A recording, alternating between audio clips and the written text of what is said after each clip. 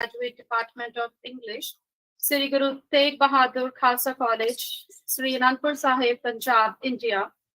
I extend my cordial welcome to our esteemed resource person, Dr. Subraj Raj from Punjab, India, and all present here on this virtual academic program. Before we begin with the session, I would like to acquaint you all with the academic and experience contour of our eminent speaker of the day. Dr. Savraj Raj, former professor and head, PG Department of English, Government Mahindra College, Patiala, former professor and head, Department of English, and Dean Faculty of Languages, Sri Guru Granth Sahib World University, Fatehgarh Sahib, having teaching experience of 40 years. Areas of specialization are literary theory, diasporic literature, translation studies, cultural studies, and nature photography. Till date, more than 80 research papers, articles, and translation work, book reviews in various books and journals, several articles in newspapers. Sir has presented papers at more than 60 international, national, and regional seminars and conferences, has chaired many technical sessions, delivered more than 50 guest extension lectures in various colleges and universities. Currently associated with an Canadian Journal of Art and Culture. Currently associated with Literary Voice, a UGC-approved journal of literary in the field of translation studies and nature conservation. Main areas of interest these days are nature study and nature photography, translation work, writing creative non-fiction, and reading. We welcome you wholeheartedly, sir.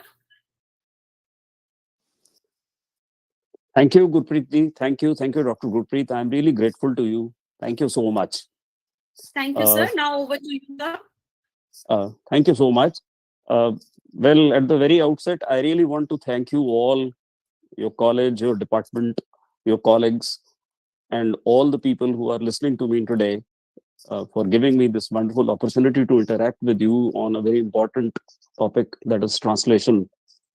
And I also take this opportunity to wish everyone a very happy Lodi today. It's a very happy day today. And after a few days of incessant chill and cold, we have had a sunny day here in Patiala. So I'm really glad that way. Well, you see, I have been translating stories, essays, and plays from Punjabi into English.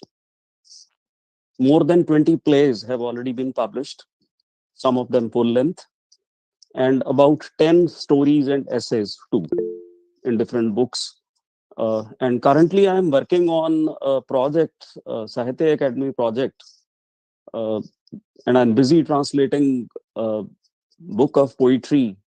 In fact, it's a long poem by Mohanjit, Dr. Mohanjit from Delhi. It's a Sahitya Academy Prize winning book, Kone da Suraj. So whatever I say today, I'll speak from that experience as a translator. And I don't want to make things very complicated. I don't want to go into many theoretical details. Just whatever experience I have had as a translator, I'll be talking about that to you today. Well, whenever we talk about translation, the first thing that comes to us is, what do we mean by the word translation? For that, we generally go back to the etymology of the word, which comes from translatio, which means to carry across. The word trans itself means across. That is bringing across, to lead across. So one way of looking at translation is that it is something like bringing something across or taking something, leading something across. from one language to the other. That's a very literal kind of translation and a very limited one too. Uh, and when we think that translation is simply something taking across, herein lies the rub also. This carrying across is often taken literally, and fidelity to the source text becomes an inflexible demand. I mean, what I mean by fidelity to the source text is that suppose you are translating from Punjabi into English, then you would, if you believe that it is simply taking across, then you would think that you have to be extremely faithful to the original text, and you have to reproduce something into the source text, into the target text, whatever is there in the original source text. Now, this is something that has been questioned also. Now, this is called the equivalence theory of translation. I'll spend just 2-3 minutes on this and then move on, because I really don't want to talk about theories. There are so many theories, and we need a separate lecture for all that. Well, this equivalence theory, which was very popular during 18th century, 19th century, and in 1940s also. I mean, it was like a rage that we have to find equivalents. This is what actually mesmerized the translation studies on the whole. We have to find, as translators, equivalent expressions, metaphors, etc., in the target language. The one thing that means that becomes very important here is that the translator as a mediator is invisible. Ultimately, the translator is a mediator. He has to mediate. So he becomes invisible in the process. I'll talk a little about it later, why this invisibility is also problematic. We believe that there has to be one-to-one correspondence between the source text and the target text. Some kind of legal veridict fidelity is demanded. It is what is required when we accept this idea of equivalence. Now, it assumes about 3-4 things in the main, if this equivalence theory. Number one is that languages are considered equal. Now, the first question, let me first tell or talk about all those 3 things which I think are very important for equivalence theory. One is that languages are considered equal, and second is that source texts are considered stable, and the third is that national vernaculars are all standardized. Now, we have to uh, hold all these pre-given or presupposed ideas from the scruff of their neck, and let us see if all these things are really there. The first thing is languages are considered equal. Are languages equal? I mean, this is a very big question mark. Actually, when we look at languages, languages are highly culturally mediated. They are embedded in the culture. In fact, language itself is in a way culture, and language itself is identity of the people who speak that language. I'll come to that later on. This whole idea of equivalence falls flat when we consider some very simple terms like bindi, for example, which Indian women wear, and it's a sign of their being married. Uh, how would you translate the word bindi? There is no equivalent of it in English language because the English ladies do not wear bindi. So this is what cultural embeddedness of languages is. And this is how languages can never be considered. They are never equal. There is no equivalence involved here. And then the second idea that I want to question is that source texts are considered stable. Are texts actually stable?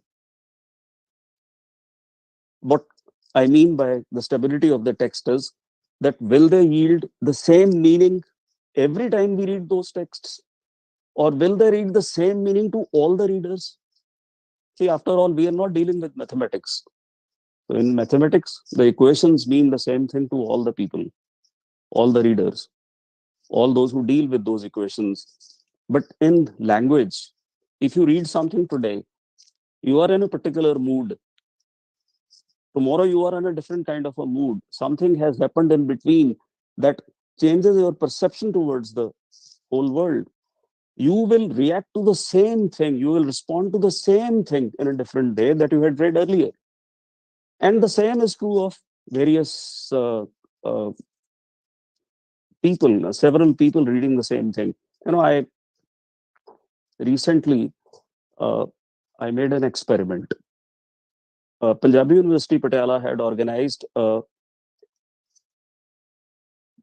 talk. In fact, it was a workshop on translation, a 5-day workshop in collaboration with National Translation Mission. And I delivered 2 lectures there. One was basically theoretical, and the other was based on actual practice of translation. So what I did was I took my own translation of a play, just one, the first page, and I gave the original text in Punjabi to all the people there. And there were many uh, established translators among those who were my listeners, those who were attendees, actually. Uh, and I told them to translate that particular text the way they wanted to. And believe me, there were about 25, 26 participants, and about 20 participants came out with a different translation, a different interpretation of the same text. Now, this is what I mean when I say that source texts are not stable. If we go to post structuralist ideas or we go to deconstructionist ideas, then the whole idea of stability of the text itself stands questioned. So we have to respond to post-structuralist as well as deconstructionist developments also whenever we talk about uh, texts being stable or unstable. Now, the third issue is that of standardization of languages. I mean, our vernacular is always standardized. We have one standardized version of English. There is no doubt, and that is what we call Queen's English or something like that.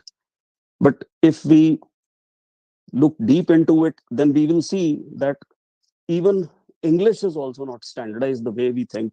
But since we come from a post-colonial country and we are made to read a very standardized, formalized kind of English, and we write that also, and we are extremely conscious of doing that when we are dealing with English. Therefore, we believe that it is standard. I'll come to that later on, just in a while. But first of all, I'll talk about Punjabi. I translate from Punjabi into English. Is there any standard Punjabi which will yield the same meanings for all the translators? We have 4 different dialects, major dialects in Punjabi. I think people uh, from Punjab, they all know it already, but I would still elaborate upon it. I'll dilate upon it. Now, one is Majhi dialect. This is the dialect of Majha, and Majha region is situated between Ravi and Beas River. And Gurdaspur, Amritsar, and Taran 3 districts constitute the Majha region, and they are very contiguous to Pakistan. In West Punjab also, which is in Pakistan now, same kind of Punjabi is spoken, but with greater emphasis, or rather greater uh, flow of words from Arabic and Urdu in Punjabi, West Pakistan Punjabi, but our Punjabi is a bit different. However, the accent is the similar almost. Now, these are only 3 districts which constitute the Majhi dialect, but somehow uh, this is the Punjabi which we consider to be actual Punjabi, the Punjabi that should be the ideal Punjabi. It is considered to be standard. The second region is the Malwa region. Now, Malwa region consists of major chunk of Punjab, and there are 11 districts in Malwa region. Patiala is one of them. Patiala, Sunam, Sangrur, etc. And now this lies towards the south of river Satluj. Malwai and Maji, they are different, very, very different from each other. And then there is Doabi. Doab basically means between two waters again. The Doaba region is between Beas and Satluj River. That is uh, four districts: Jalandhar, Kapurthala, Hoshiarpur, and Nawashahar. And then now Pathankot also to a certain extent. And then we have the third major dialect of Punjab is Puadi. Now, Puad area, which is Puad area? Puad area is from Ropad near Satluj to Kaggar and its tributaries in and or bordering with Haryana. Now, Punjab in Patiala, you will find Puadi also, you will find Malwai also. In fact, there is a lot of cross pollination of languages, different dialects in what we call Punjabi. And then, apart from these, there are two other important dialects. One is Bagadi. Now, the word Bagad basically refers to desert. There are certain areas in Punjab which were a part of the great desert once, near Sirsa, near Sri Ganganagar in Rajasthan. Now, this area is called Bagadi, Bagad area, and the Punjabi which is spoken there, it is called Bagadi. It is different from all other dialects. And then we have Dogri. Dogri was earlier a part of Punjabi language. It was spoken in Jammu and in Hoshiarpur area, in Pathankot as well, in some areas. But later on, it was assumed or rather subsumed under Hindi. It became a sub dialect of Hindi. This is also different. Uh, I believe, Basant is approaching, and most of you must have heard uh, a beautiful song sung by Tahira Sayyed, Lo Phir Basant Ai, Phoolon Ko Rang Lai. That song is in Dogri dialect. Now, these dialects are by no means pure dialects. There is no idea of purity of any language. These dialects are not pure dialects. As I've told you, there is a lot of cross pollination. Uh, there is a fair use of words from other dialects in any given dialect in Punjab. For example, if you go to Malerkotla is a part of Malwa area. But uh, you will find a fair sprinkling of Urdu words in the Punjabi being spoken there by people. So you can't really say, well, this is pure Puadi dialect, this is pure Malwai dialect, this is pure uh, Majhi dialect like that. Now I'll give you some examples of some words which are understood differently in different dialects. Uh, the word Budhi, Buddha from Buddha, old, an elderly woman is called Budhi in Hindi. In rest of the Punjab, except in Majha area, a Buddhi is an old woman. But in Majha, even young girls, when they are standing together, they are called oh budiyan. Budiyan ki kardiyan ne? What are these old ladies? Actually, they doesn't really mean what these why these old ladies are there. It simply means that there is a group of ladies there. They are simply called budiyan. Now, if a translator does not really know this dialect, this meaning of the word budi, that it refers to young girls also and young women also, he would definitely do something very funny, translate that into old ladies and create a lot of laughter about that, make a fun of himself also. And then there is a word called bai. This is a very common word that we use in Punjabi for friends. In most of the Punjab, it is referred to, the word bai refers to the elder brother, younger brother, and a close friend also. But in certain areas, in Malwa especially, the word bai refers to father also. We have two or three families in the locality in the colony where I live, where my friends call their fathers Baiji, Bai. And then two very important terms that I want to discuss here because they're again from personal experience. Now, the word door is buha, darwaza in Punjabi, and closing the door, shutting the door is darwaza band kar do, buha band kar do in Punjabi. And at the same time, in certain areas in Malwa, especially in areas like Patana, in Lehra Gaga area, they don't say close the door. They don't say darwaza band kar do. They will say bua cham do, chamna, right? The word chamna. It's something very unique. And at the same time, thrashing somebody is also chamna. If you beat somebody, they would call un changa chamya. He was beaten, he was thrashed soundly. So again, there can be a problem if the translator is not aware of these terms.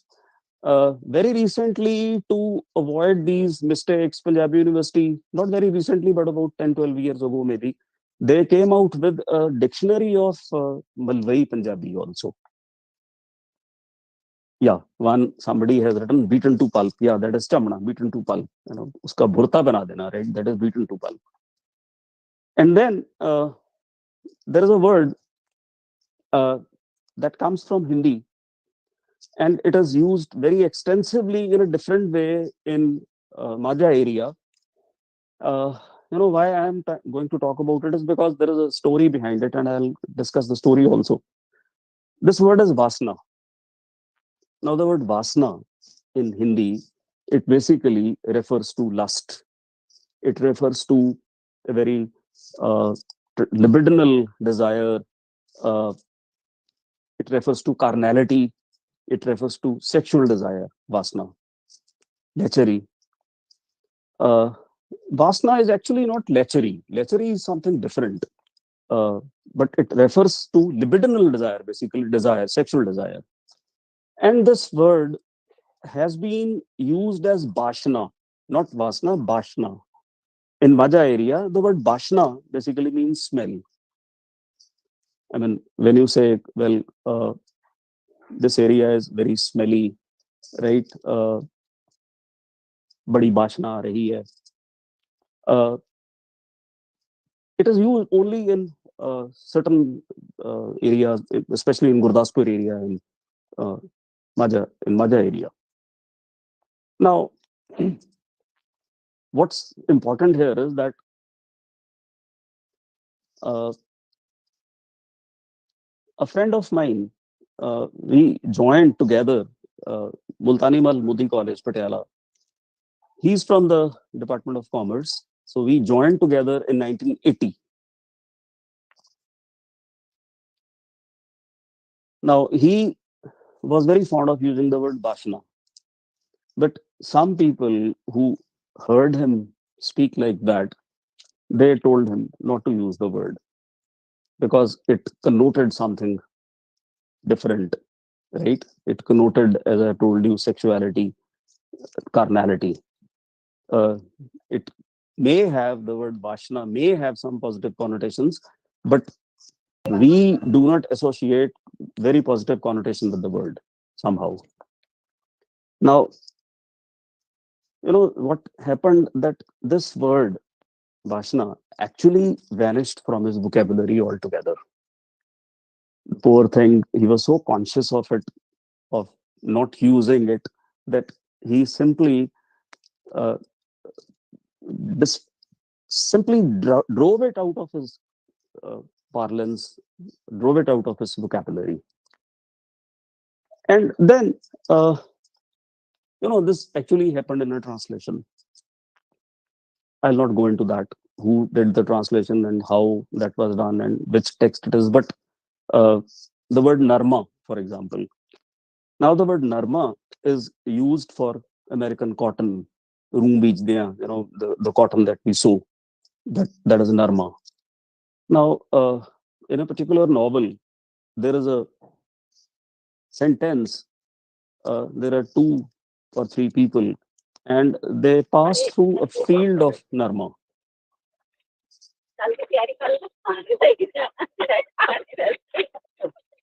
Uh, I please make a request to everyone to mute themselves because I am getting disturbed. Please, those who are not Poonam muted. Bhatia ji requested to mute the mic. So, uh, see, that situation is that two or three people come to somebody's house, and then the situation is actually about the dark period of those 10 years in Punjab post 1984. Uh, and they come to the two or three people, they come to somebody's house, and in the night, they pass through the field of cotton, Narma field. And there the sentence, if you're Narme vicho lang gaye. And the translator, what the translator did, they pass Narma word, the word, it comes from Narm. Narm means something which is very soft. So without getting into the actual meaning of the word, the translator believed uh, the rest of the translation is absolutely fine, except this one sentence. Uh, they felt that it perhaps meant marshy area, because marshy area is always very soft. So the translator wrote the translation goes like this, that they pass through the marshy field. Now, that whole novel is set in an area where you don't have any marshes. You have sandy, arid zone there. Now, that creates a bit of a problem. And this is how, a bit of flexity on the part of the translator can result in a lot of problems later on. This is actually what uh, happened. Now, coming back to the whole idea of language being pure, language being stable. Well, I just want to tell you that there is no language which is static. There is no language which stagnates, no language which is stagnant, just like the cultures. No cultures are static. Cultures and languages are always on the move. They are evolving entities marked by a lot of dynamicity. They're dynamic. You cannot really, the whole idea, in fact, of preserving the culture or preserving the language, this is alien to the idea of uh, how we understand languages today. Languages evolve. There is a lot of adan pradan. There is a lot of interaction between different languages. We borrow words from other languages. And when we start actually ridding our languages of foreign words, then we are actually doing a lot of injustice to our own language. Every year, English language adopts more than 200 odd words from various languages. Those words are anglicized, they are nativized. So we should also do that. Now, uh, in the same way, the texts, this is something that I have already suggested, that texts, literary texts, where do they have their life? This is a question which I often ask myself. Where is the life of a text? Is it in the book form? The word book itself, is quite problematic that way. We say he has been booked for a certain offense. That means he has been imprisoned. Now, is the life of a text imprisoned in a book? No, it is not. The life of a text lies in language. And language, as I've told you, is unstable. It is not static.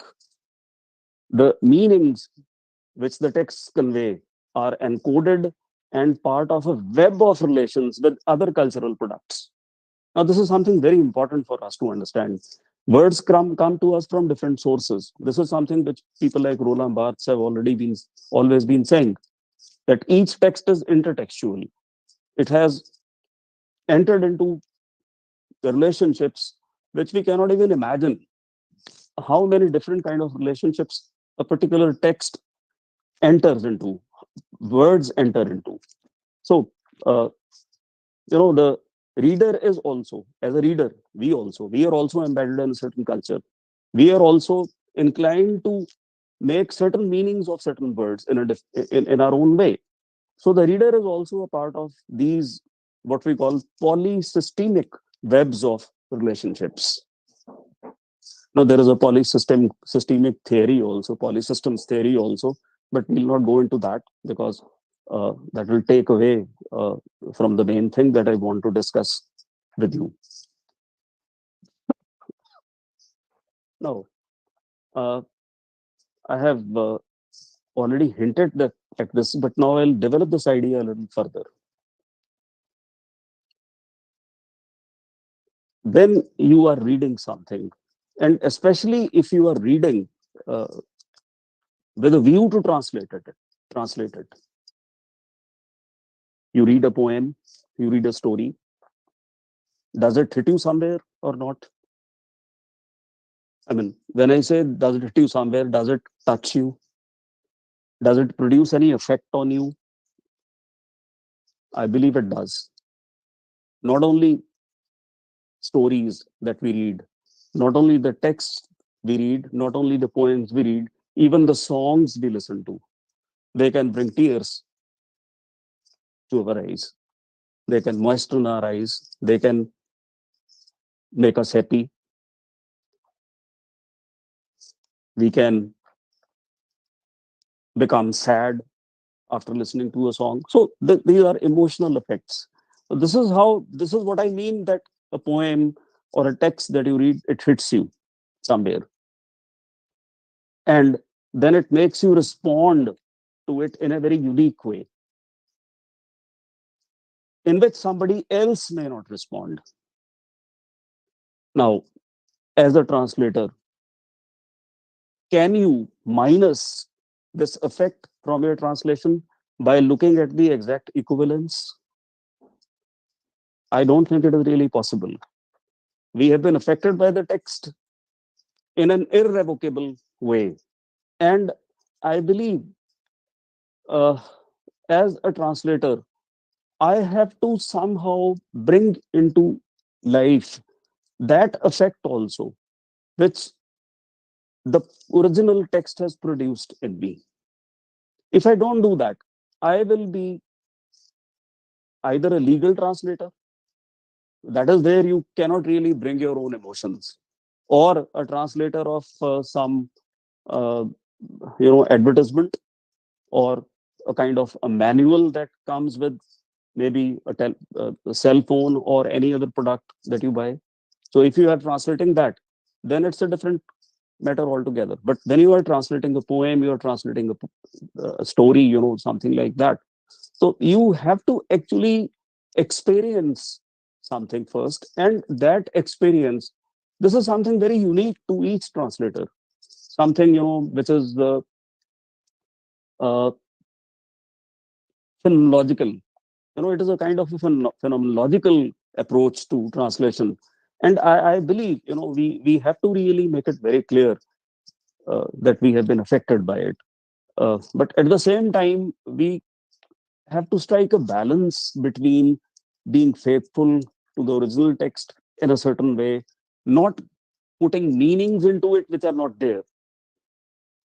Now that is a very interesting conundrum that we face. In fact, a very difficult conundrum that we face. And then another thing which is very important is the act of reading in the process of translation. How do we read? This is something very important, and uh, generally, what happens is that we really are not very good readers many times. Please don't mind my saying it, because we have to watch ourselves when we read a text, how it is affecting us. And this is what our act of reading enriches a text also. Uh, Now, we have talked about the source text, we have talked about the translator. There is, as I've told you, a theory that a translator has to remain invisible, and this is the theory of equivalence. And then there is another theory which talks about the visibility of the translator. That means the intervention of the translator. I mean, should a translated text appear uh, like a translated text, or should it appear as if it has been originally written in the language in which into which it has been translated? So if your text looks like a translated text, that means your intervention as a mediator, as a translator, is very much there. It is visible. You are visible as a translator. And Lawrence Venuti, a very important thinker, uh, is of the view that uh, a translated work should look like a translated work. What it means is that he uses a word called foreignizing, to foreignize. What is to foreignize? For example, I have just now given an example to you about the word bindi, right? The word bindi cannot be translated into English. So should we keep the word bindi as it is in the English translation and give a footnote or a note at the back of the text? Well, if you retain these words as it is, this is what foreignizing means, right? And then this is something very important. This comes straight from my own experience. You see, I would try to extend the idea of foreignizing uh, to another domain. Uh, I was translating Ajmer Olak's play, Chana De Pani. Now, it was considered to be untranslatable because it is totally, very deeply embedded in the culture of Malwa, Malwai culture, and the language is tough, difficult to translate. And then there is another problem, and that problem was that of various dialects that have been used in it. Now, I'll just give you one example from the text. There is a character in the text. He's called Panti, Dhanti, Panti, and he is a shepherd. In fact, he is by caste not a shepherd. He is a Jatsik, but he's a poor man who has no land of his own, and therefore he is uh, trying to uh, you know live like a shepherd. He has many. He's a flock of sheep. Some of those sheep belong to him. Others belong to other people. So he is a shepherd, and he is unable to get married because he is poor. So he buys a girl from Bengal. She's called Ganga. Now, that word itself, the name itself, is very, very important in the whole text because the word Ganga itself comes from Ganga, which is the sacred river. But she's a bought woman. She's a woman he has purchased, and he brings her, and he tries to teach her Punjabi and how to dress up. Now, this man Panti also has uh, is a very funny character, very lively. He claims that he is a bit of a poet also, and he does. Actually, he's not a poet, he's a poetaster, bad poet. And he speaks in versified language. And when he tries to teach this lady Ganga, calls her Gangi, he tries to teach her how to wear Punjabi ghagara, Punjabi clothes. So she says, "No, I will not do that." Why? Why won't you do that? So in Punjabi, the dialogue is, "Hum nahi karat, hum nahi pehnat." Now these are the dialects that she brings with her from Bengal. And these are her identity before she becomes a Punjabi in Punjab. She starts behaving like a Punjabi woman. But prior to that, her identity is established only by her language. And this man, Panti, he writes, as I have told you, not writes, he speaks like a poet, and he speaks in versified language. He utters verses which are not great poems, but still, he's fond of that. And that is his identity too. Now, what do we do as translators? How do we translate bad poems? If we translate bad poems in a bad English, the English reader will think that perhaps the translator doesn't know English.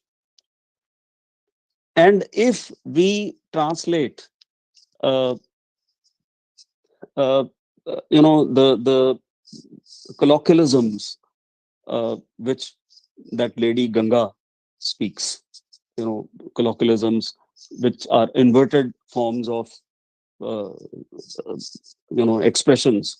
If we retain that to suggest her identity, then how do I do it? I mean, this was a big problem for us, and we used some, footnotes, and at a few places we used some inverted expressions in English also to convey that she doesn't really know how to speak Punjabi. Now these are different, problems. You have to trans, you have to carry forward in a way. In fact, carry forth, or you have to take across these dialects into a standardized kind of English. Now, when we when we talk about a standardized kind of English, again there is an issue.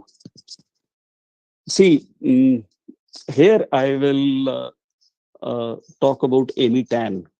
Amy Tan is a Chinese American author, novelist, very well known for her two texts. One is the Joy Luck Club, and the other is the Bone Setter's Daughter. So she's a diasporic author. Uh, her text, the Joy Luck Club, uh, sold a lot, and one of my students has done PhD on Amy Tan with me. And you see, Amy Tan was once invited, as most famous authors are invited, to speak about their works. So Amy Tan was once invited to speak about the Joy Luck Club at a function. She took her mother with her for this talk. And this essay, Mother Tongue, you can read it. It is available in PDF format, in text format, on the net also. I mean, it's the audio recording is not available, but the text is available. So she wrote about this later on, and she says that when she was delivering the lecture, she looked back at her mother, and suddenly she realized that the kind of English which she was speaking in front of her learned audience was not the kind of English that she spoke at home. Her mother spoke what is called broken English, but she was able to convey herself fully well in that English. There was no problem at all.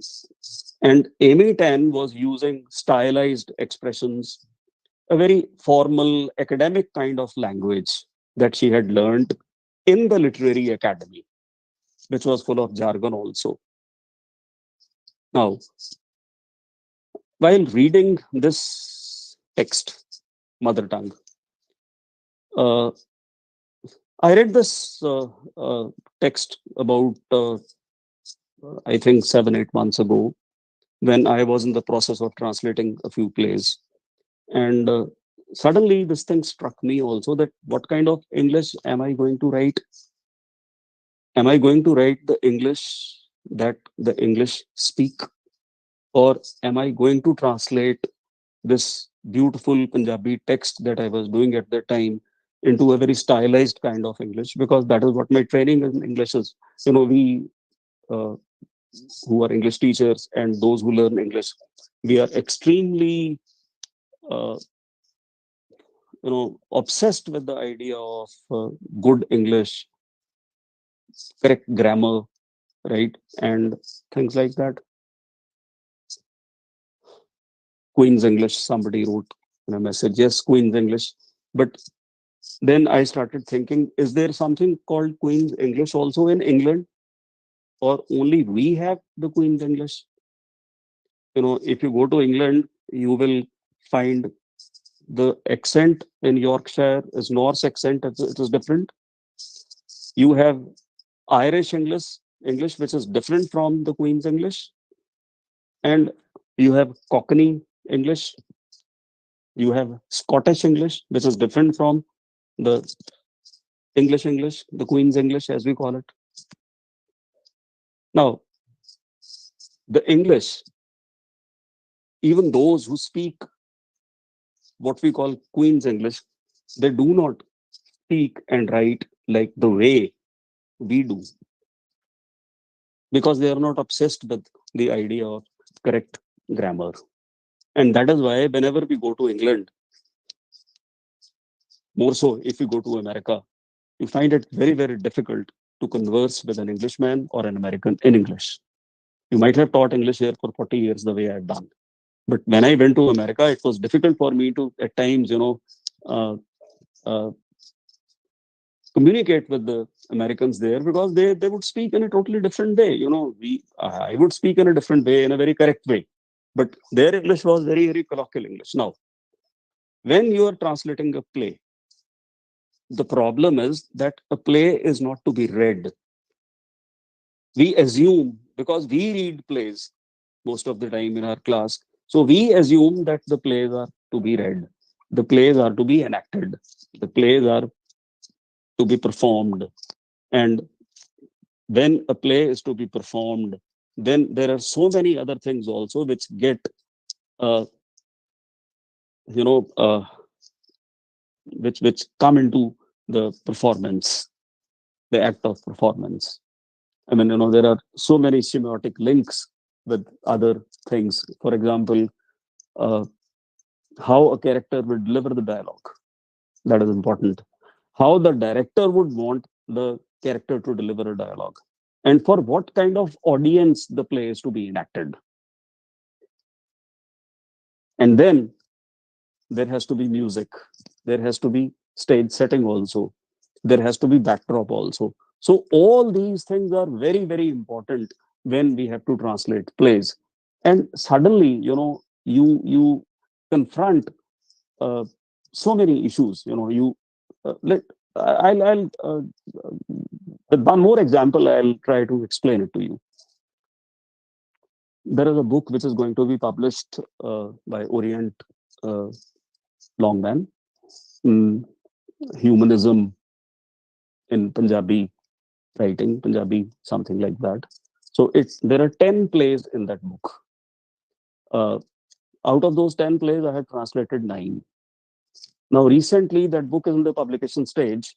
And what the publishers do, they send the book first to a group of translators, because it's a translated text with about 100 odd poems in it and so many stories, long, more than 500 odd pages book under the Dakshinayan series started by G. N. Davy. So, what the editors do, they send the translations first to a group of translators they have on their panel. They approve the translations, and then the translations are sent finally to the editor. Uh, it goes to the editing board. The editor makes certain changes, and those texts are sent back to the original translators.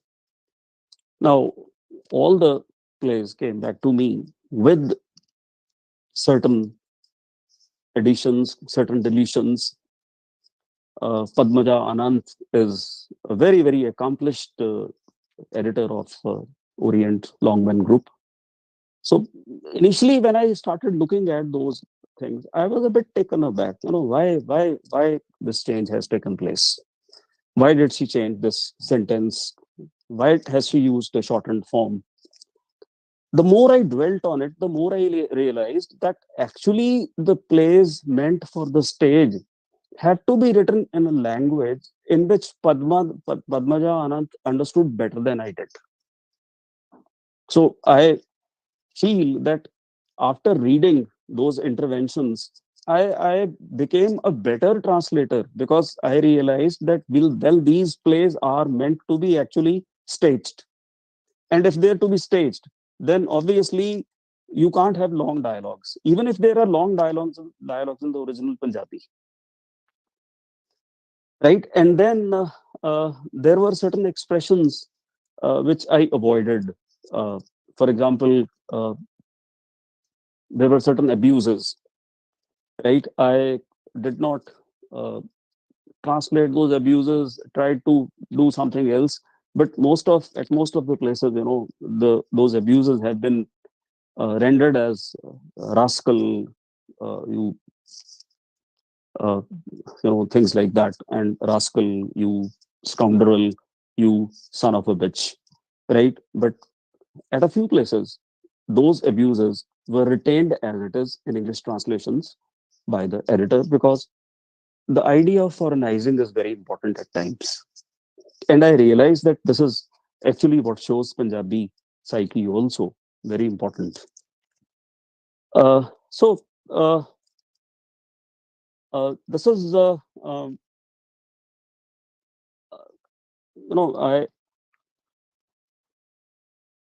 let me I lost track of what I was trying to say. Uh, yeah, I was uh, discussing that essay by Amy Tan, that we are like Amy Tan as translators because we are obsessed with the idea of correct English. Whereas when you translate, the if your reader is an Englishman, not a Punjabi English man like we are, like I am. Not all of you are from Punjab, but since all of you are reading there, you're from India and you are scholars of English language. Uh, I believe there is certain commonality between us. We are all concerned about good, accurate language, right? Uh, so this is where we have to look at how we use the target language also, because ultimately we should have something in our mind about the target audience as well. What does the audience want from us? uh, you know uh, uh, Another thing that I did when I was translating another play again by Ajmer Olak, that play is called the title of the play is Tanda. Now, the word tanda, the Punjabi dictionary, we don't use in Patiala where I live. We don't use the word tanda, but it is used to denote a bull, right? Bal, bull. This is what the dictionary, Punjabi University dictionary says, that tanda is a bull.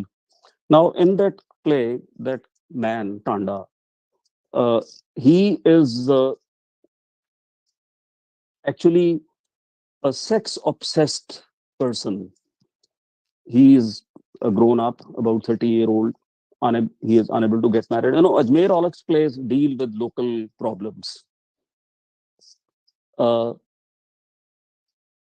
he uses the word tanda for that guy who marries a girl who is about 8-year-old, and the marriage was solemnized with the idea that he would not touch the girl before she comes of age. But he cannot really control himself, and he wants to molest her all the time. So he is presented as a Tanda. So I talked to Ajmer ji.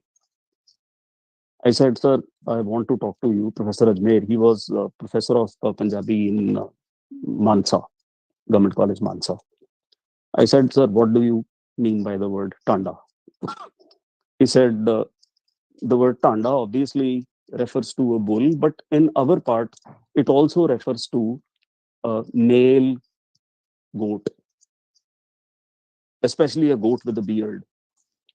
Now, then suddenly, an idea came to my mind, an image of came to my mind, and that is from Greek mythology. There is a character called there is a half animal kind of goat called Satyr, Satyr, and somebody who is obsessed with sex is called Satyromaniac from Satire. because satire stands for sexual obsession, for raw sexuality. So I called him the next day and I said, Ajmerji, I want to name the play satire. Will it be okay with you? He said, fine, it is okay. Then I had to ask the editor of the book where the play was to go, Dr. Atamjeet. In fact, he had given me the place to translate. Uh, my issue was that if we use the word satire, we move away from a local cultural context to the Greek context. But then this is the most appropriate term also, satire for Tanda. You can't simply say a goat. You can't simply say a bull. No, nothing like that. And I did not want to make it very clear also. I mean, very explicit also. So I talked to Dr. Akamji. He also agreed that satire is a right word. And the word satire is the title of that play now. So this is how, we uh, can really, as translators, talk to the writers who have originally written the text and discuss the things with them. Uh, and a play, if possible, should be translated uh, by a community of actors, director, the original playwright, and the translator. They should come together if it is possible. And in fact, this is one thing that I want to emphasize, and I have done it in the past also, that we really have not encouraged this kind of translation at all. A collaborative, collective effort. It is not that all the people will agree to one translation. No, as I've told you, if there are 10 people translating even a single sentence, there may be 10 translations. But at the same time, if we can sit together, we can discuss the things, especially when it comes to a play, then obviously we can arrive at some kind of consensus, keeping in mind the limitations of the stage that the play is to be enacted. Uh, and then another thing that I want to discuss here in very brief is uh, about the translation of poetry. Now, since I am right now busy translating a text which is a poetic text, it presents different kinds of problems and different kinds of challenges, which are opportunities also to express myself creatively. Translation of poetry, poetry, not only in poetry, obviously, music is very important. Rhythm is very important. The words, before they denote anything to us, the words are actually sound. They are sounds, and they convey something with the sound aspect also, as it is called the signifier also, right? The signified may not be very important. The signifier takes preponderance over the signified in poetry. And we know that in poetry the words convey much more than they appear to convey at the first instance. If you read a poem today, you will find a different meaning. Tomorrow you go back to it, you read it again and again, you read it aloud, or you ask somebody to read it aloud to you, then you will have different meanings of the same words. Uh, Words evoke, they're evocative, they they're not simply denotative, they connote, and at the same time, let's not forget that the words can hide and conceal much more than what they say. You know, a poet may not be able to say everything that he wants to say. He may not be even be aware of all that he wants to say. So as a translator, you have to look at these elisions, you have to look at these deletions, you have to look what the unconscious of the poem tries to tell you. So There are occlusions. There are certain things have been covered. Certain things may not be very openly said. And when you start translating, all these connotations, different connotations of the words, these occlusions, these, you know, deviant forms which you may find there, they they want their pound of flesh from the translator, and the translator has to pay that. So this translator has to unpack the language which may appear very clear and directly available in the original, but it may not be that direct.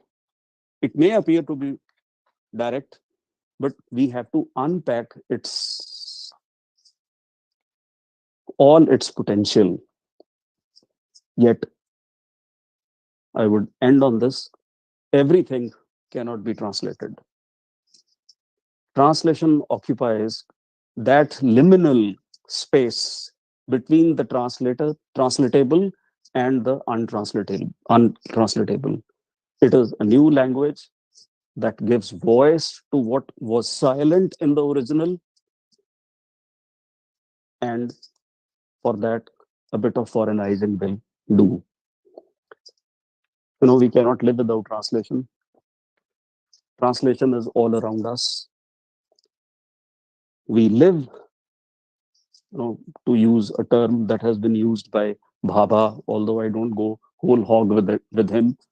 We live in a translated world, right? We have to deal with the other. The biggest problem right now, today, in this world is how to deal with the other. And reading translations is the best way to understand the other and to deal with the other, not as we would like the other to be, but as other, respecting all the alterity, all the otherness of the other, all the separateness of the other. Thank you very much. I think I have finished within 1 hour given to me. Now it is question answer session. I am at your disposal. Thank you, sir. Thank you so very much for such a wonderful and in-depth expression. It was highly knowledgeable session with you on translation studies.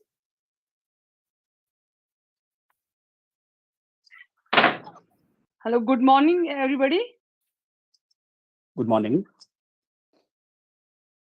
Such an enlightening and insightful lecture, and particularly acquainting us with different accents and dialects of Punjabi language.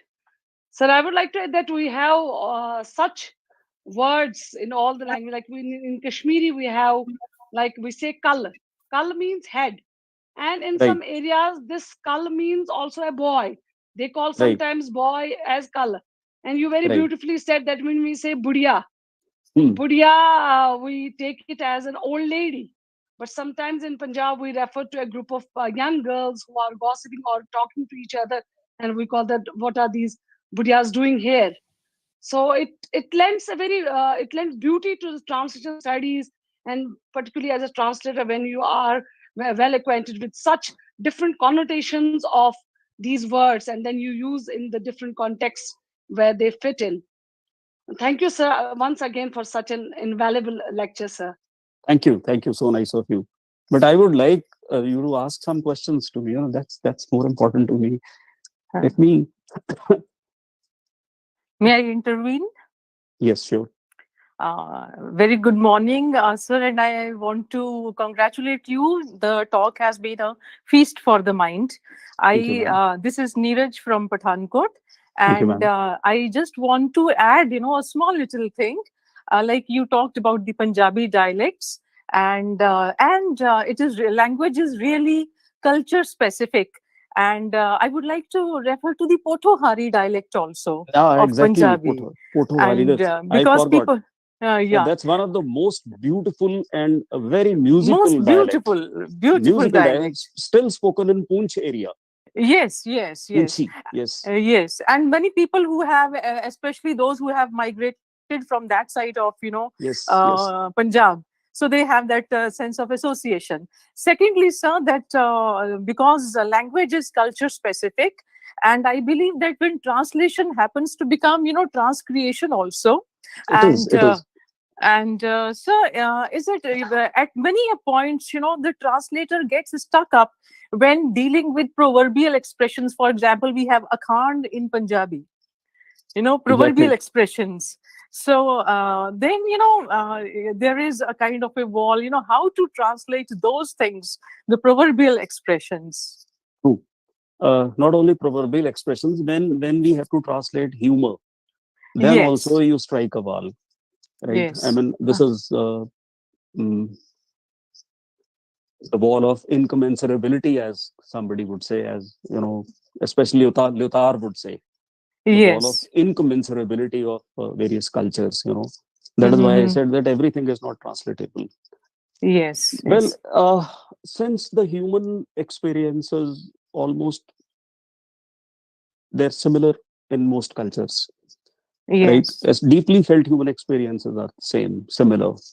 You will Mhm. find something quite equivalent to that in the language into which you are translating.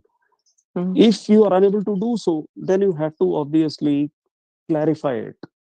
Mhm. You cannot really use a literal kind of a translation. That has also been done, for example, by people like Mulk Anand in his Yeah. own writing.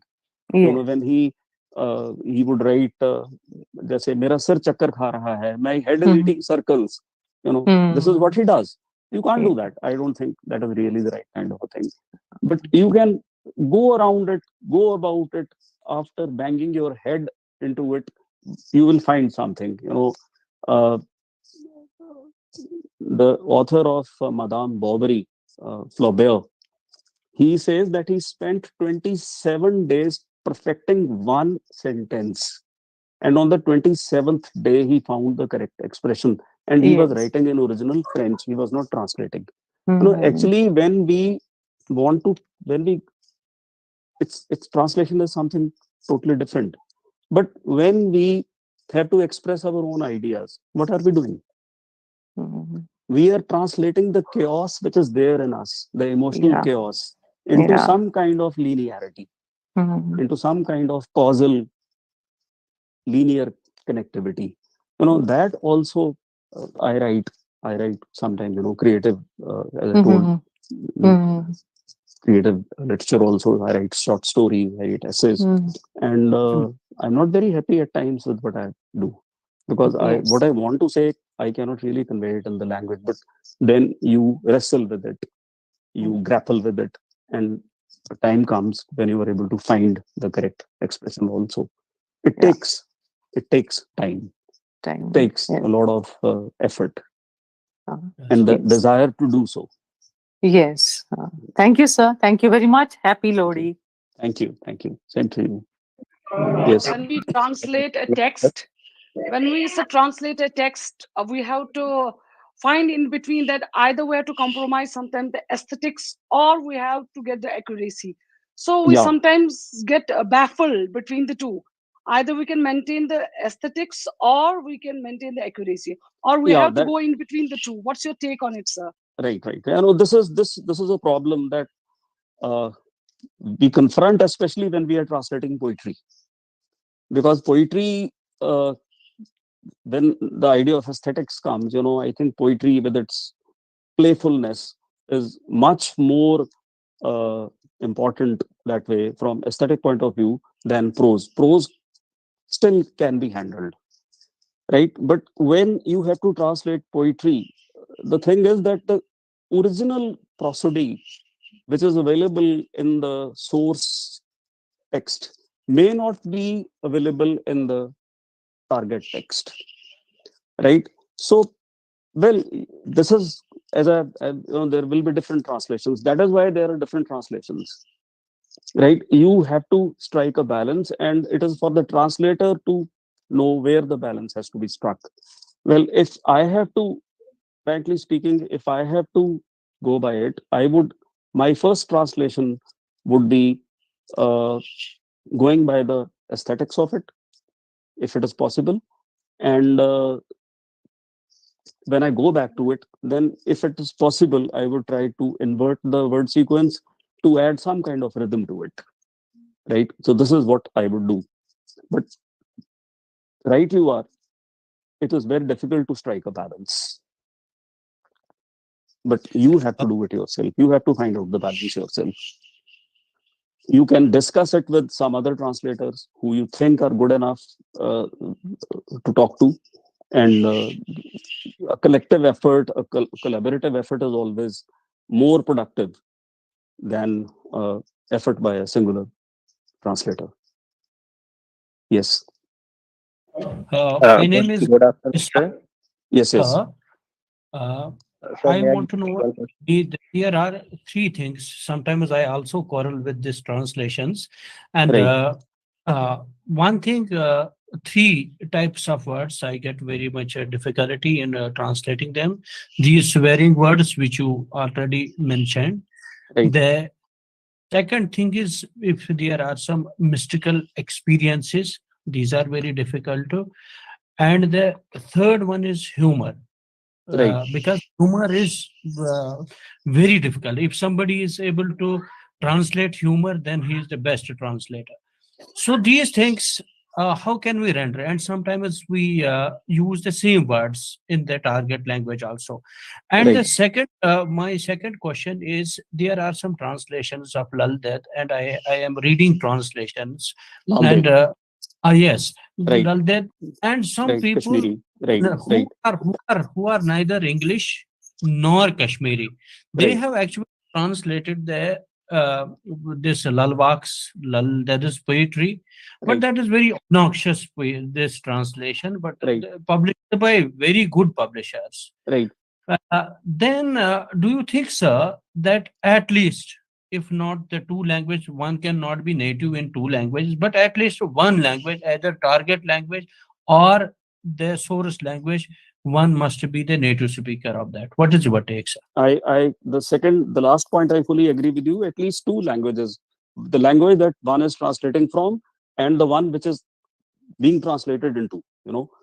The translator has to be equally adept at both the languages. Now, the problem with translations is generally translations are meant for those people who do not know the original native text, right? Who cannot read in the original language.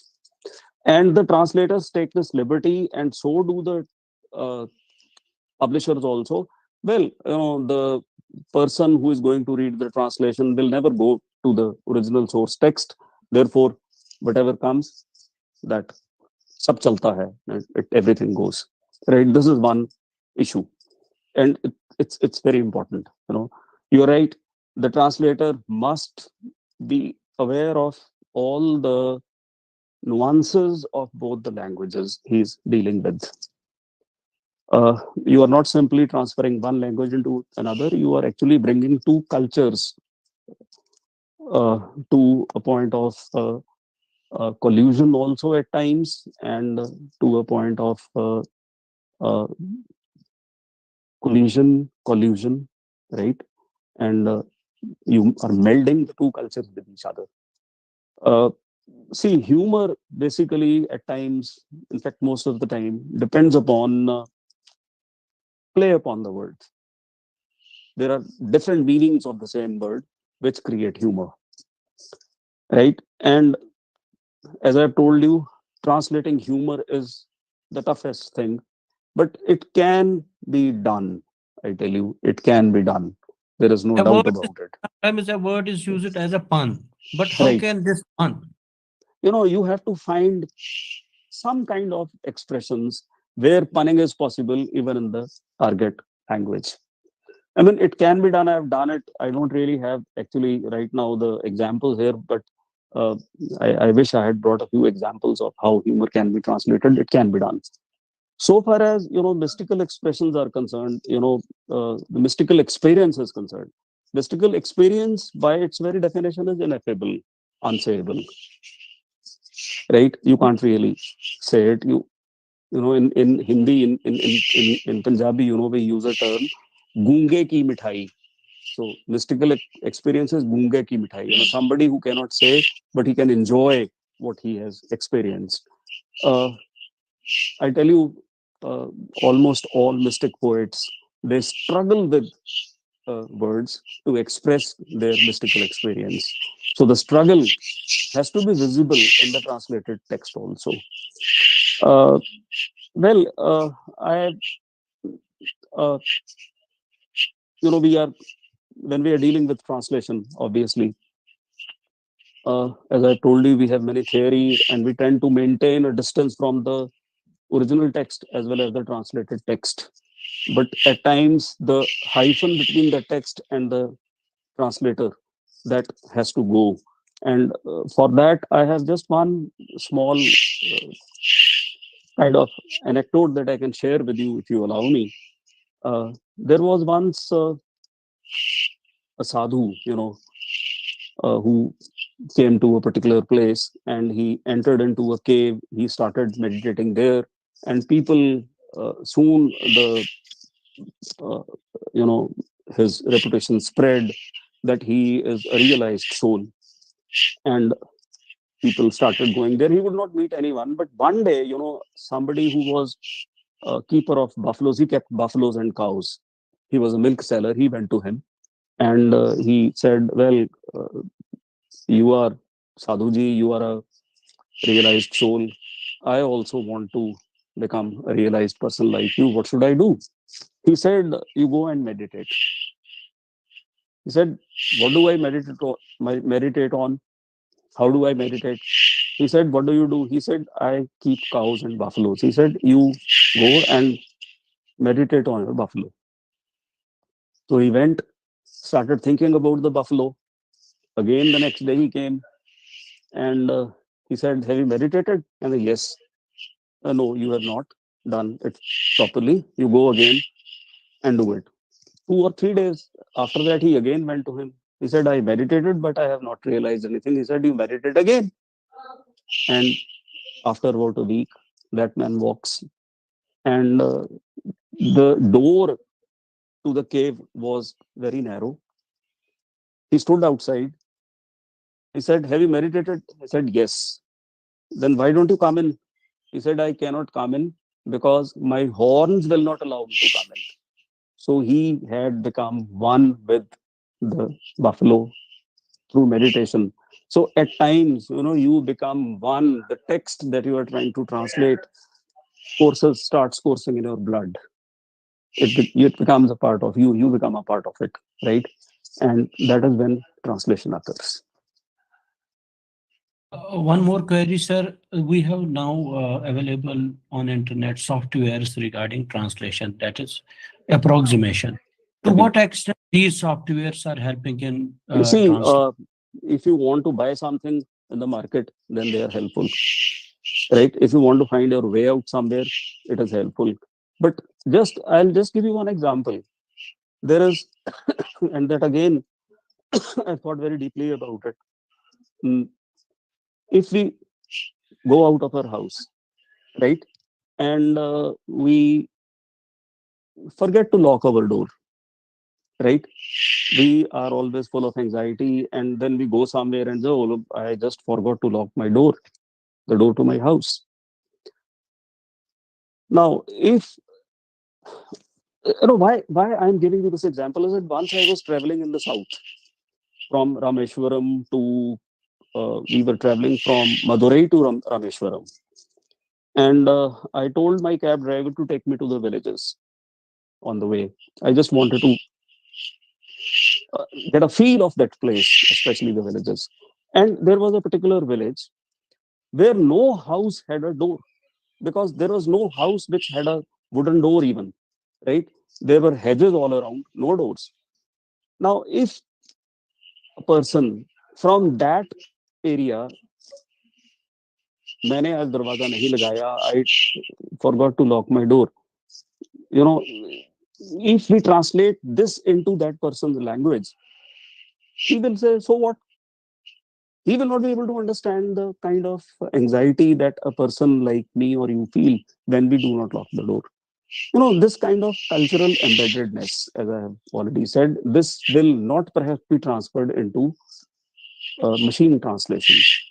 Maybe artificial intelligence will one day make it possible, but that will be the day which will actually be the day of death of whatever is human. And I'm not enamored of it, frankly. Yes. Anyone else, please? Some hands have been raised. Share your email ID with us. We will be in touch because I require your advice and help always because it was a Anytime. wonderful session. Anytime, Mr. Isaac, anytime. Welcome. Yes, anybody else, please. Yes, good afternoon, sir. Good afternoon. Sir, as you discussed standard language and its dialect, and you Right, discussed that Punjabi language has four dialects. right. So just I want to know that how standard language is differentiated from dialect and how one dialect is differentiated from other dialect. See, people speak in different ways. They, their intonation is different. Uh, I mean, the way, for example, we utter Punjabi words, right? Uh, uh, if I had to ask somebody, "आप कहाँ रहते हो?" Where you live, right? So I can say, "कित्थे रहना है?" Yes, sir. "कित्थे रहंदा है?" Right? If I'm a little well read, right? So uh, if I'm from Majha, I'll ask, "कित्थे रहन रहे हो?" Right? So this is how dialects vary. They differ in intonation, they differ in uh, the way people culturally and psychologically cognize the world around them. The Standardized language, so far as standardized language is concerned, we have one example of standardized language, that is English. It became standardized for political reasons, basically, because English became the language of the colonizer. And as a language of the colonizer, you cannot really allow dialects of English to enter into the standardized language. How will your subjects understand you? How will they be able to communicate with you? Right? So there are political reasons for standardization of language, and standardization always carries some kind of burden of hegemony with it. It is always hegemonic language, right? Whereas dialects refer to uh, some kind of democracy among the speakers of the language. Yes. uh, Sir, is there any fixed line that we can identify that this is the particular point for one dialect which finished here and the other dialect No, starts here? no. I already made it very clear that no dialect is pure. Okay. And Uh, sir, one thing is more, as you mm, talked that, as you said that English is an standard language. Then in English also we have a different varieties like British English. In British English yeah, itself we have different right. I varieties. know. This this is what I said. It became standardized because of political reasons. And now those political reasons don't obtain. Therefore, we don't talk about English with capital E. We always talk about Englishes with small e. We have Indian English, you have American English, you have Australian English, you have English in New Zealand, which is different from the English, and you have Trinidadian English, you have Caribbean English, right? So there are Yeah. Englishes, right? Mhm. Uh, Thank you, sir. Thank you. So I will trouble you again. Right. Uh, to my understanding, I may be wrong, that I think that translation work is a collaborative effort. One cannot do justice if we will do it single-handedly. It is a collaborative effort. Do you agree with that? Yeah, And one it more, has to be. that It has to be. I believe it there has to be. there are problems in Kashmiri language that we have same tense, present simple and present continuous is same. And Right. sometimes it also creates problem while translating. Right. It does. It will in Punjabi also. You know, uh, in English also, the English speakers generally do not use present past. They do not use past perfect tense. They use simple past tense. But when we have to write something about the past, something that had happened earlier than something which happened later than that, we will always use the past present. the past perfect, not the simple past, right? So there are problems, but then the thing is that if we can sit together, if we can have a community of translators, as I said, that would be good. And this is for uh, the translation mission, which uh, they must, I think, come out with. Yes. Highly thankful to you, sir. Highly thankful. Thank you, Welcome. sir. Thank you, Savraj, sir. My heartfelt thanks to you for such an interactive session, sir. Thank you so Thank very you, much. Gurpreet ji. Thank Thank you. you. Thank you, Thank sir. you. I have to thank you for being so patient in listening to me. I know, I didn't say anything which was not known to anyone. Uh, it was a very simple, straightforward kind of a lecture that came straight from my own exam, my own personal example, my own personal experience as a translator. Wonderful, Thank you. wonderful, sir. Very enlightening expression. Thank you. Thank you. Thank So nice of you. Thank you.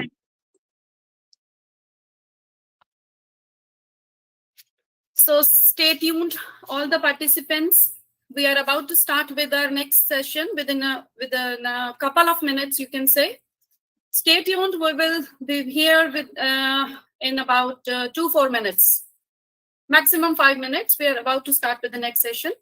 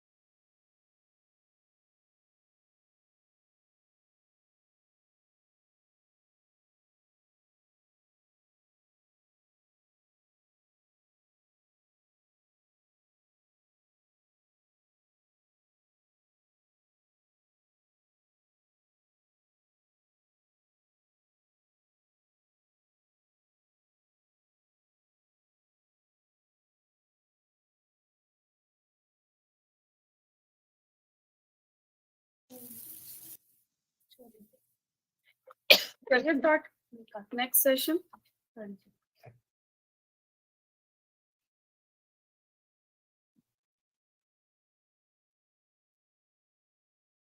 Dr. Desmond, are you there?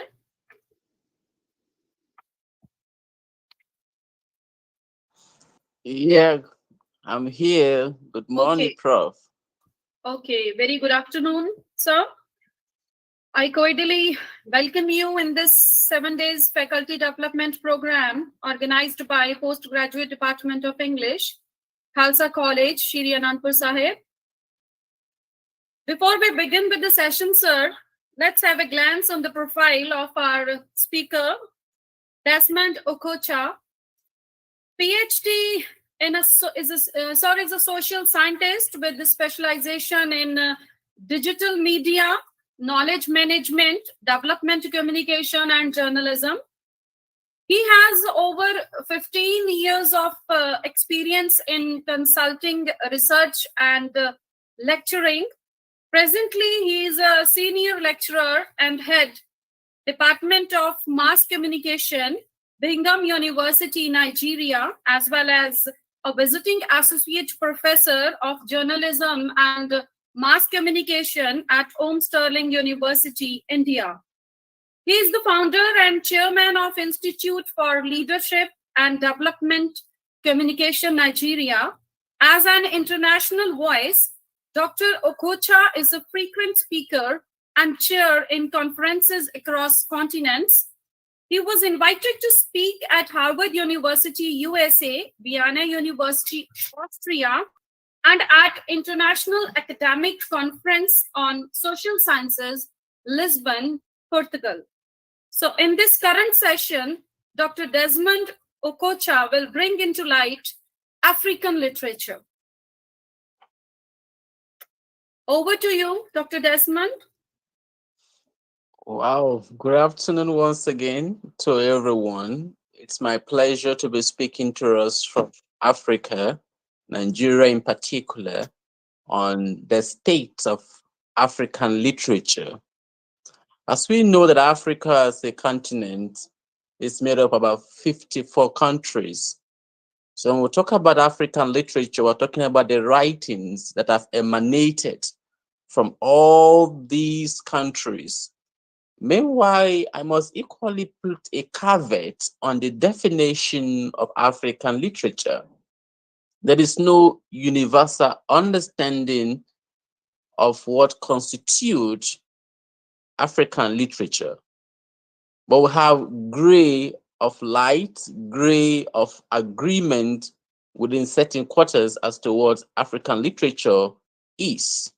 Number one, there are those that tend to limit African literature to literature that are written by people of African descent. Number two, there are those that have the belief that African literature refer to literature written about Africa, irrespective of the location of the writer. And there are those that believe that African literature is a combination of the two. So I tend to stay with the latter, where I see that African literature is inclusive of writings by Africans and then writings about Africa. When we look at African literature, what are the forms that it has taken over the years? We need to understand that the trade of writing cannot be limited to the West on the page.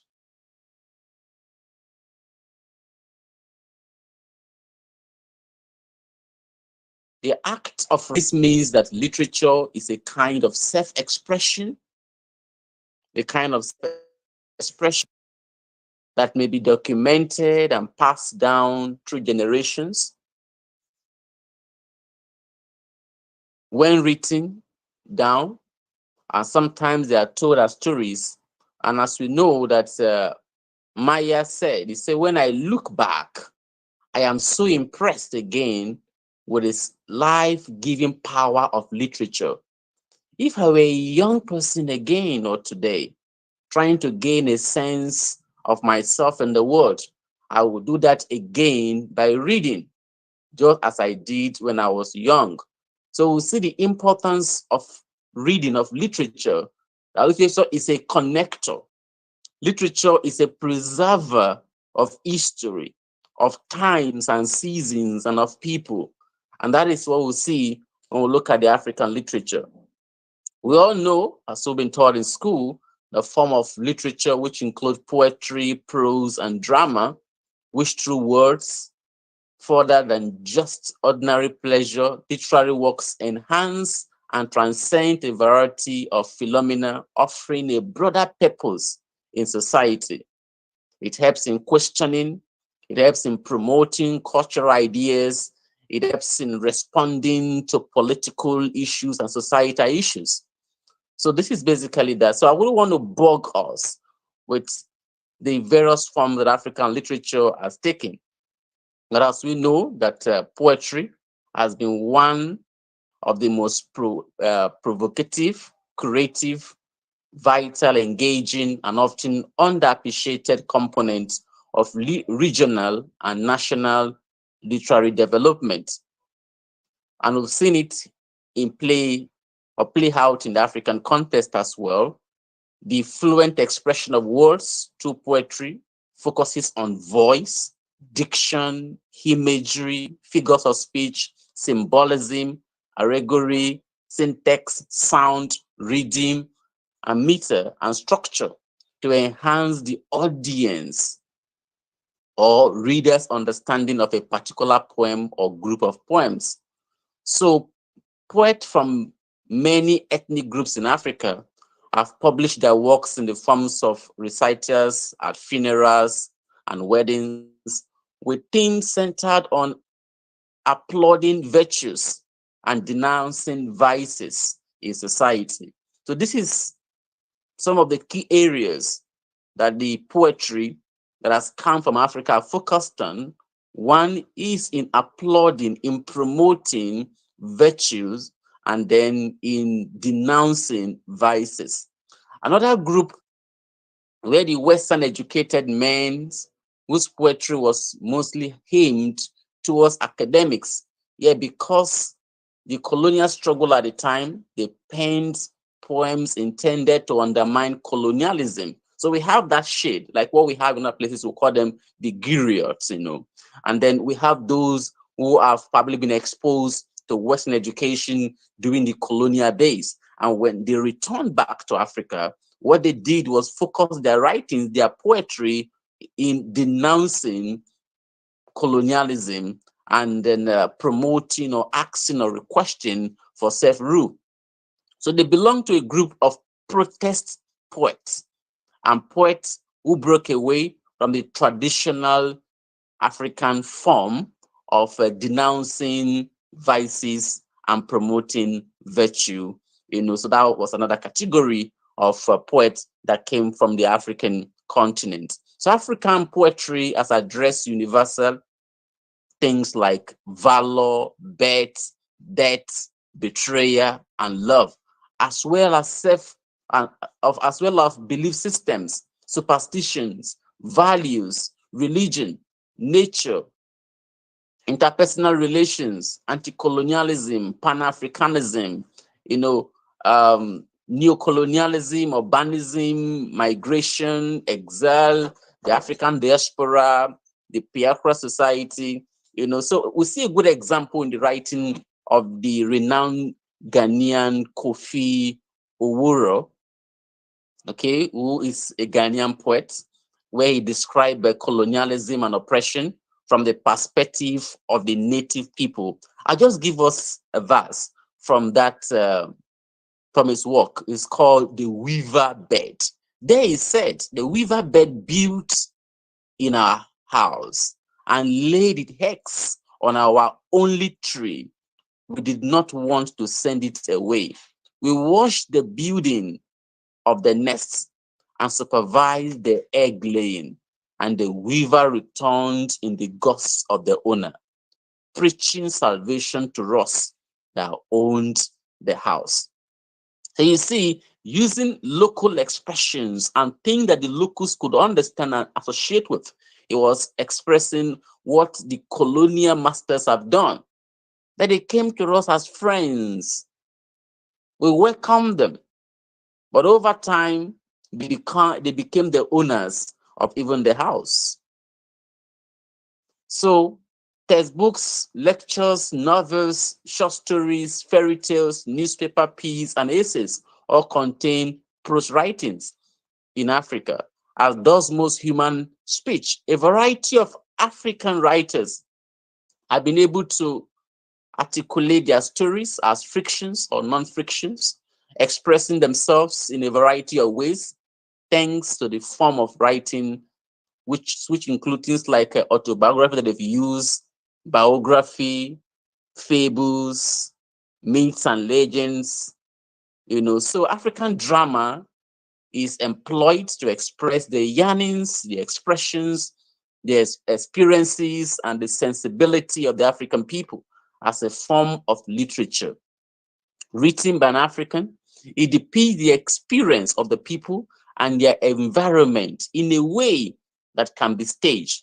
Drama enhances verbal and non-verbal expressions of ideas, as when performed, improving voice projection, articulation of words, fluency with language, and persuasive speech.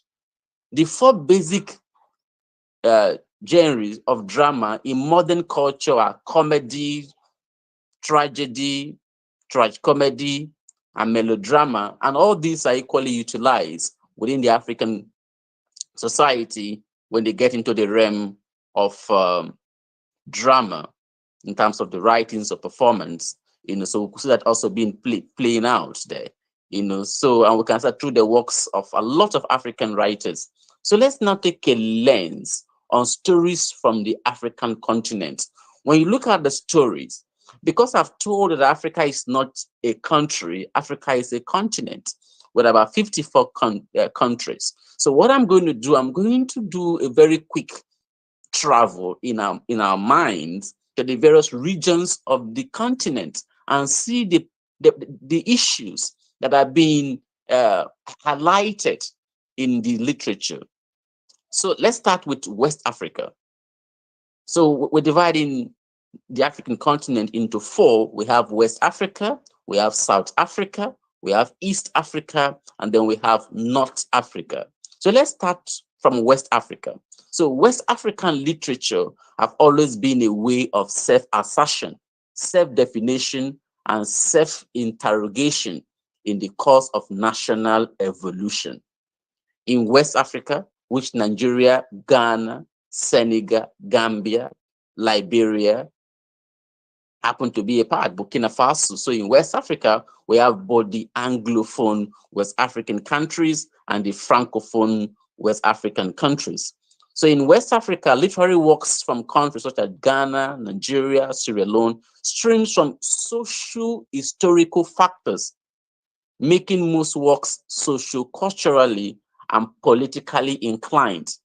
Nigerian literatures, for examples, seems abundantly clear that the spout of literary activities that has marked the past decade can be traced entirely to the University of Ibadan, or a group of dedicated scholars attached to it, with writers such as Chinua Achebe, Wole Soyinka, Segun, Pepe Clark, and Okigbo.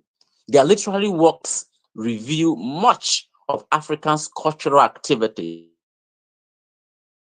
focusing on the family and ethnic group, translating to act, music, and oral literature, which serve to reinforce existing social patterns and as a reference point for upcoming Africans at home and in the diaspora. Similarly, describing his first encounter with Chinua Achebe, that in his work, Things Fall Apart, in a time where there was no internet access in Uganda or in other parts of the world, a writer said that literature as a familiar word with real culture and human experience of politics, of economy, now enroute through a language and structure.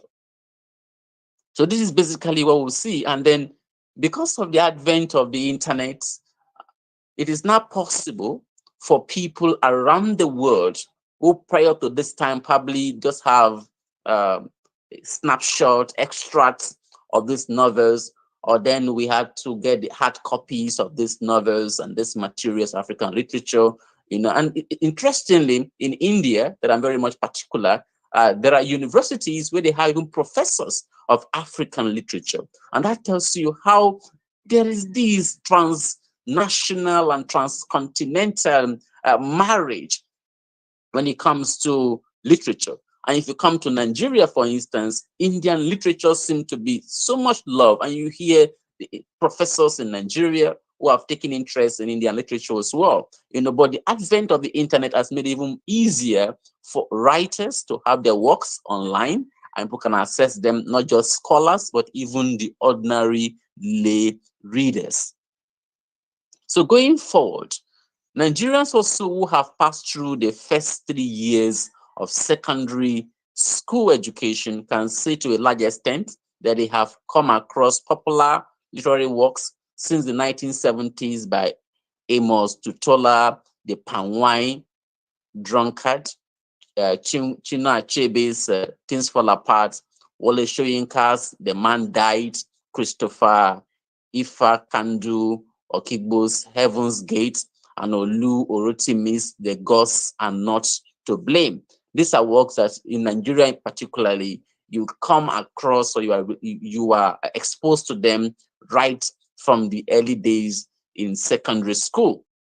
So, but then taking over the scene in the new millennium in contemporary African literature are the likes of Onyeka Onwelu, his works like The Abesan Boy and Chimamanda's Purple Hibiscus have on several different platforms consistently defined themselves and their acts in terms of unconditioned or unconditional commitment to the variations of life in a neo-colonized society. You know, so despite the fact that colonialism has ended, on the African continent, the African mind and the African writers still believe that there is still neo-colonialism. And some also look at the translation that has taken place in terms of migration, where Africans have been liberated politically from colonialism in Africa, but because of migration, they are now exposed to a new form of neo-colonialism and imperialism in their host countries as migrants, whether legally or illegally. And we see a lot of writings that are actually looking at that. We've seen also writings talking about Africans getting married to non-Africans, and that emotional and cultural shock and dynamics that emanate from such relationship. So no scholar can speak about African literature without mentioning contributions from Ghanaian writers, going as far back as 1911, when Ikara Ajiman published what is called the first African novel written in English. Ghanaian literature is by tradition and based on horror works, as most of the country's histories, along with stories, were passed on by spoken words through song, poetry, and folklores. Other notable works from Ghana includes The Beautiful One and Not Yet Born. We also have works like Homecoming. We have works like Ghana Must Go. And then we have another one written by Kofi called This Earth. And then My Brother, to mention a few. So literary works also come from Sierra Leone, another part of Africa, and include also oral narrative forms, dramatic renditions, and performance. There was almost about 2-decade war in Sierra Leone. So in the post-war Sierra Leone, literature writers have been employing the 3 forms of literature, situating them as a reference point for peaceful counter debate, so that citizens can begin to re-emerge and recreate the nation in the aftermath of the war. And some of the works we have from there is like The Last Harmattan. Then we have The Past, the Present, and the Future. We also have a work titled The African, okay, written by William Counting. So although pressed by colonialism, tyranny, and dictatorship, some works that have come out from the Gambia include The Sun Will Soon Shine, which were written by Salah. Then we also have works like Fake Love, written by Ibu. Then Costly Prizes, written by Ramatulai. These are works that have come out from the Gambia. So looking at the assemblage of literary works from Senegal, majority which are published in French, because Senegal is a French speaking country. And that's why I love the last session that we just had, where we look at translations and all that, and the challenges that comes from that. You know, so Africa do not just have one lingua franca. They have series of them. There are places where they speak in English. There are places where they speak in French. There are places where they speak in Portuguese. There are places where they speak in Arabic. You know, so it is even revolutionary for those that are not within that language definition to be exposed to those works. And that is where the transcribing, the translation has come to play. And it's possible for us across the continent to be exposed to works not written in our own original language or in our own lingua franca, you know, because of the presence of experts who have done translation, and equally for Africans themselves who have been able to be multilingual. They've learned 1, 2, 3, 4 languages, and they could express themselves and they could read in those languages. So that is what we have within the West African continent, sub-region. But let's quickly look at the East African literary works. So the content of East African literary work is also one of the richest on the African continent, as the world has celebrated Ugandan writers such as Jennifer Makumbi for her award-winning Kintu. I also have Monica Arch, her homework, then Julius, who wrote The Unfulfilled Dream. So Footprints of the Outsider are some from the list of many that we have from East Africa. Another country with a history that can be dug from literature is Uganda. Okay, so the East African countries' history is set up to allow readers gain an idea of the terrible suffering many Ugandans have expressed in the last decade, So we look at, again, in South Africa, we are very much aware, because India is very much aware of South Africa because of the connection of Gandhiji to South Africa, during the apartheid time, and equally how that influenced his non-violence movement in the quest for independence of India as well. So South Africa literary works. So despite the fact that there are 11 national languages spoken in South Africa, a lot of languages spoken, there's not just one language. South African writers have been able to publish their works in English. Literary works from South Africa include works like No Baby Must Weep, Underground People, and this was by Zax Medi, who made the lap from poems and play to novels with the Hearts of Redness, which received the Commonwealth Writers' Prize in 2001 and was finally adopted as part of the South African school curriculum. So we also have Miriam Tari, the first Black woman to publish a novel in South Africa, must also be mentioned when discussing South African literary works with her English debut between two worlds. There also has been a remarkable presence of distinguished writers from Botswana. It's a very small country. They're in the Southern African region, okay? And they've done some brilliant works too. Then we have works also coming from Zimbabwe. This also applies to North Africa. North Africa mainly is Arabic-speaking part of Africa. And they are very much linked, associated to the Arab world, like Saudi Arabia, Qatar, Kuwait, and all that, So this is the influence, even the trans-Arab trade, the Mohammedan crusade and all that are very much associated to events in the North African region. So some of the key countries we have in that region includes countries like Tunisia, countries like Egypt, So they've equally been influenced by this long colonial crusade history, and has influenced the content of their literature.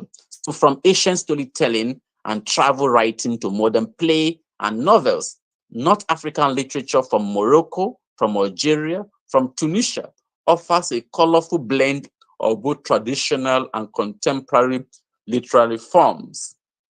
Oral poetry was an essential component of Berber traditions in Algeria when the bulk of the people were illiterate, but it now serves as a means of communication to a global audience in modern time.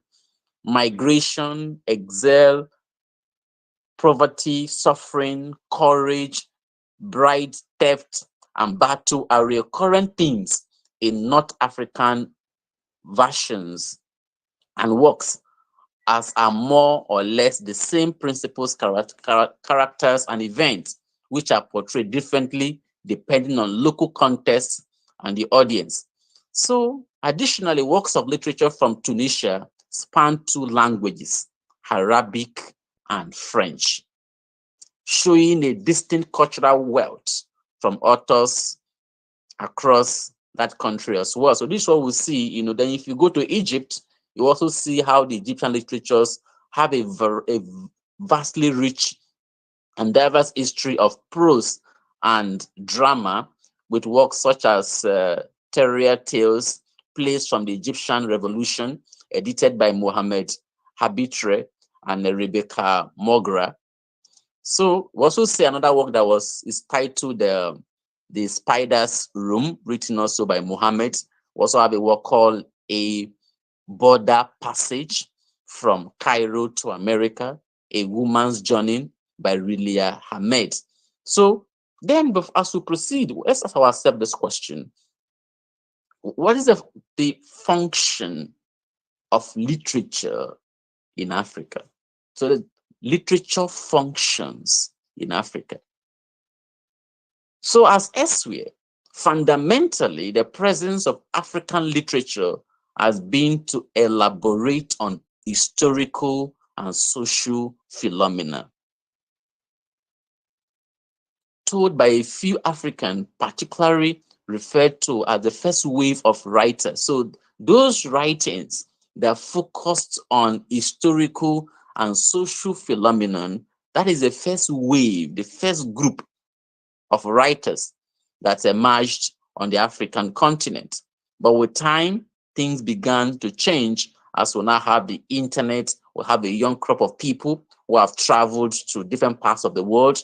We have people who have gone to India and experienced their culture, have traveled to the temples, have read their books, have been exposed to their political dynamics, and that is reshaping the narrative and the focus of the literary works that are coming out from the continent. So in 2015, on the social media and e-commerce platform called debate.com, the question was asked by the product manager: what are the main themes that can be found in African literature?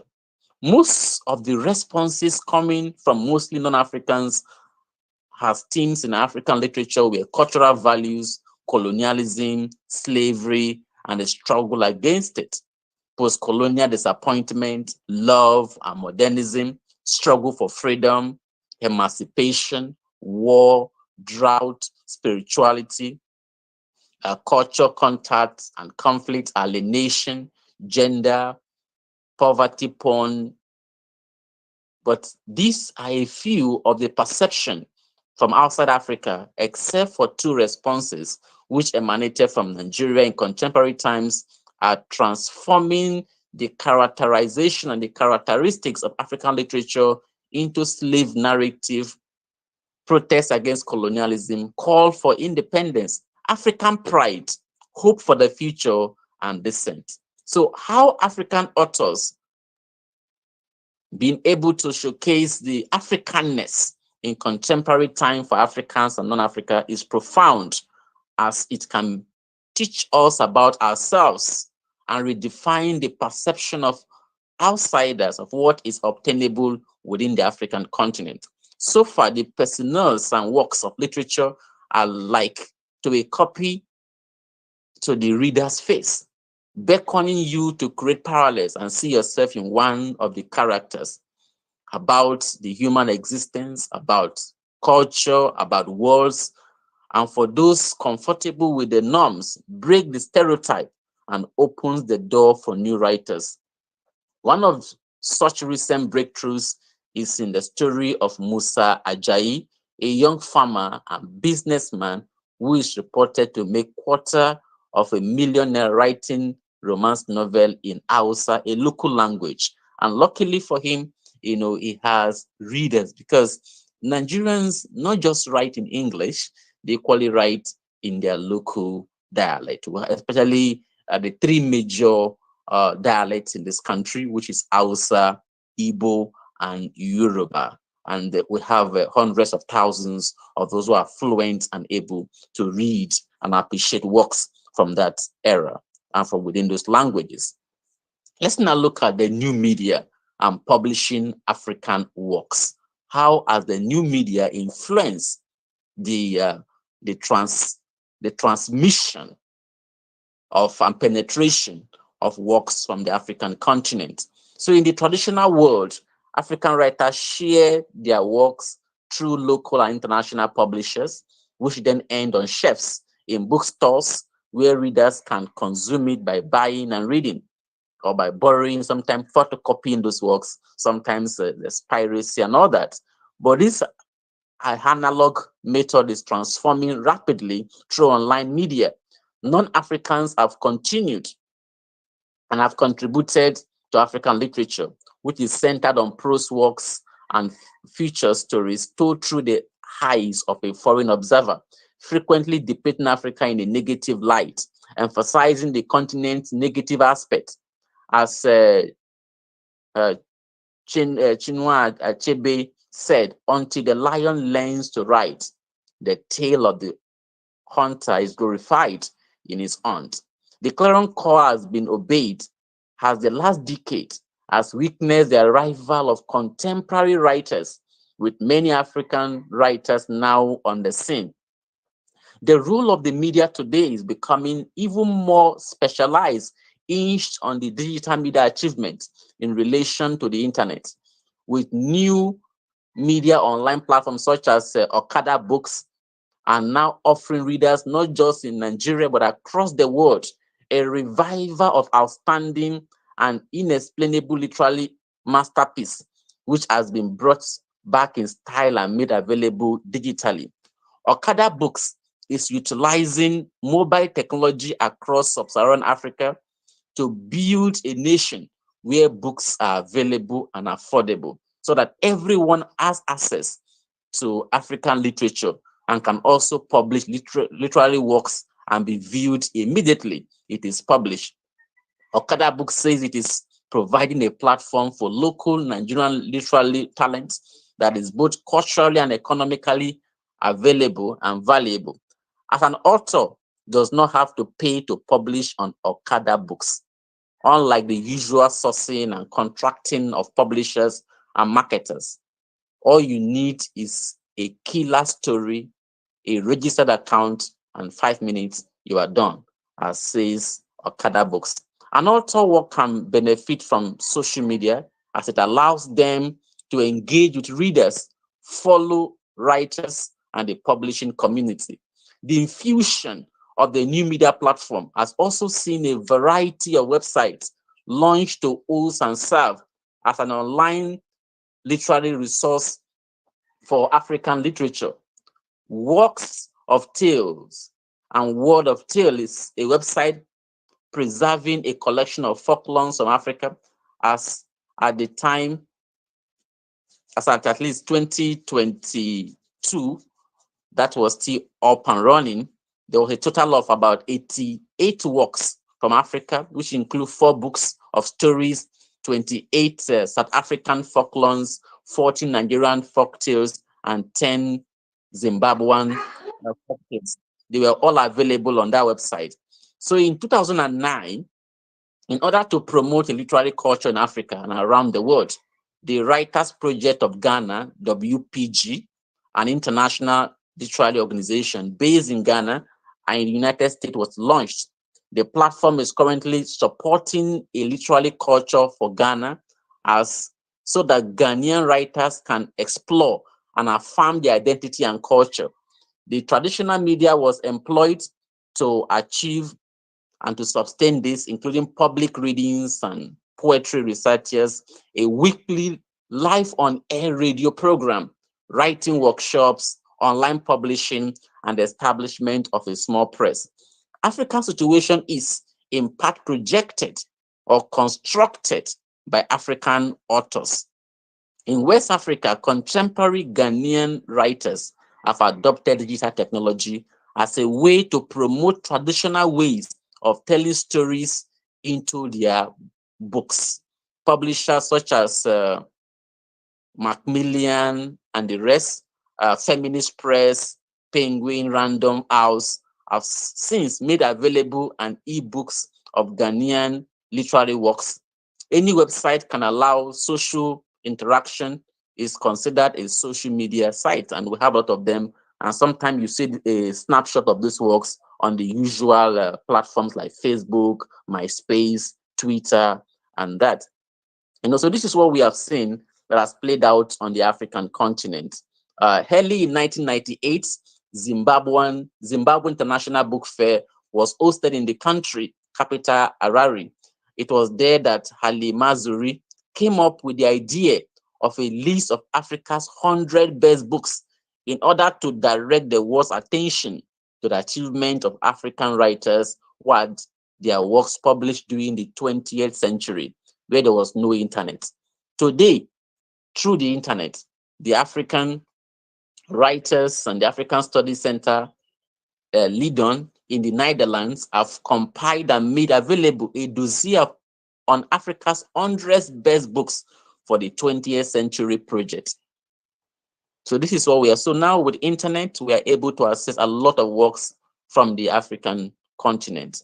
And what was the goal of some of these literary foundations and groups and associations. The goal was to create an anthology of poems complete with individual biographies and poems, making them available not just to African, but to the global community, and equally selecting work that project Africa in a more dynamic, diverse, and inclusive way, not from the monolith of what Chimamanda called the single story lens, but to make the story more elaborate. So today, these works, although largely communal, have an online recognition. This storytelling, which goes back to history, for Sierra Leone is available, for Nigeria is available, and for other countries, they're equally available, and anyone can easily access them, read them, and have an insight into the happenings around these countries. So as I bring this conversation to an end, there's this platform called the Good Reads. As at 2001, it has over 80,000 results of books from Africa, with about 1,027 Nigerian books available on its shelf and online platform. These platforms, like a library and bookstore, are providing the stability for African writers, serving as a platform to showcase works. And this is continue to promote and project storytelling in all forms. So now you don't have to be a professional writer or a renowned or acclaimed writer to have your work available within the digital space in Africa. And this has encouraged a lot of persons that even from primary schools now, you see a writers club and all that, and they're coming together to put forth their works together, and then platforms are created for these works to be shared within the society, community, nationwide, and even internationally. So literary works in contact with the internet are accessible for sale, while there are other sites which offer free downloads. Authors who had to wait for long reviews for publication now have access to automated proofreaders, which they can employ the use of artificial intelligence for tenses and structures, making for materials to be thorough in the space of seconds. The online space is affording African literary writers who have been a beacon of cultural transmission from one generation to leverage on a platform to link Africa and the rest of the world.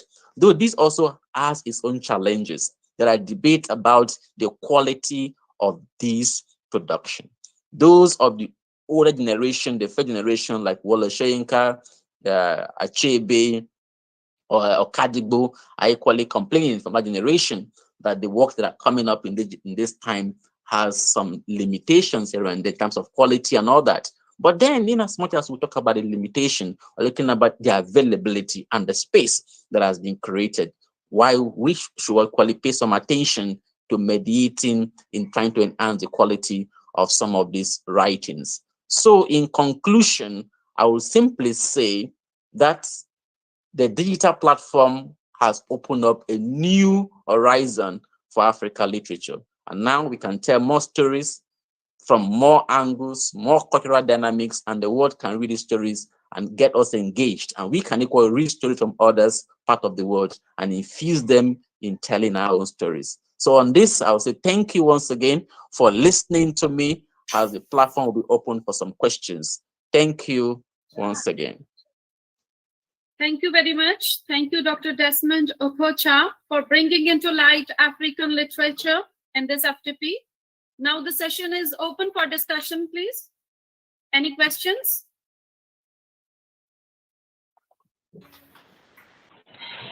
Good afternoon, sir. Afternoon. Sir, I want to know that what is the basic differences of writing between Chinua Achebe and J.M. Coetzee, with special reference to Things Fall Apart and Disgrace? Okay, thank you very much.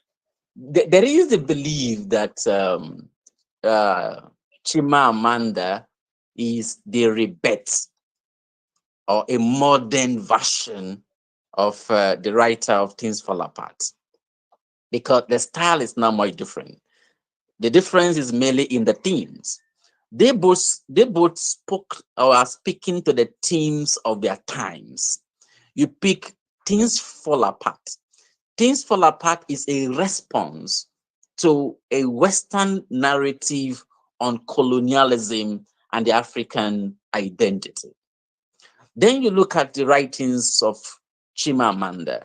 She's responding to the existence of modern African in modern world, and also their interrelations with other parts of the world, whether it is the American world or the Western world. So both of them, one thing is primary in all these writings. They want to remind us, they want to bring to the fore the social dynamics of the time. The social dynamics of the time. For Achebe, Achebe felt that the Western writers, the non-African writers, were giving us a narrative that does not really depict the African experience. And so his writing were actually primarily a response as a counter narrative. Then you come to the modern writers of the characters I've mentioned, including Chimamanda. She's writing also in the present time, showing us the cultural shocks and the social dynamics that modern Africans, like when you read Americana, you will find that. You read the Purple Hibiscus, you will find that too. So primarily, the themes looks different, but the structure, the motive, they are the same. And this is the Africanness in all of these writings.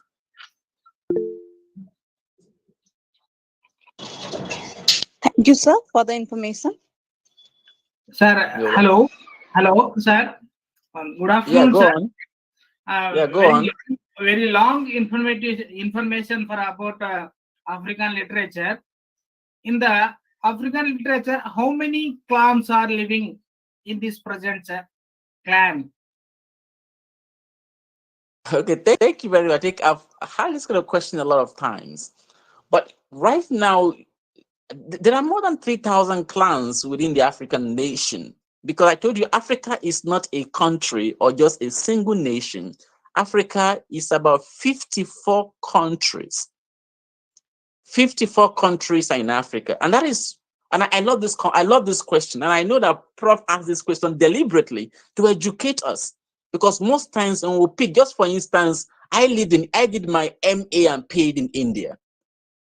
And then I've seen the unique and the beauty, because India is a likeness of Africa. When you move from Delhi going to Jaipur, every 20 kilometers of that journey, you meet different people with different language, with different culture. And then you move from Jaipur, you're going to Hyderabad. In that your over 20-hour of train journey, you meet different group of persons. So in Nigeria alone has over 500 languages, more than 250 ethnic groups.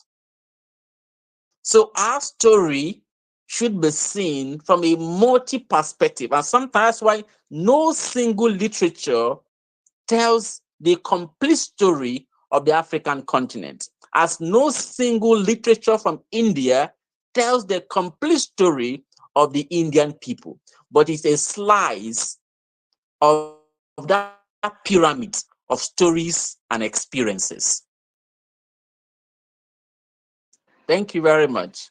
Sir, I have a question. You Yeah, must go be on. acquainted. So you must be Thank you acquainted very with much. the recent Nobel laureate Abdul Razak Gurna, who is the fifth African to win Nobel Prize. In his novels, he has talked about, revolution, colonialism, racism. I just wanted to know how much Africa has changed since then. Because whatever I know about Africa is through Gurna eyes only, because I've read that title only. Wow. How much has African changed from those themes?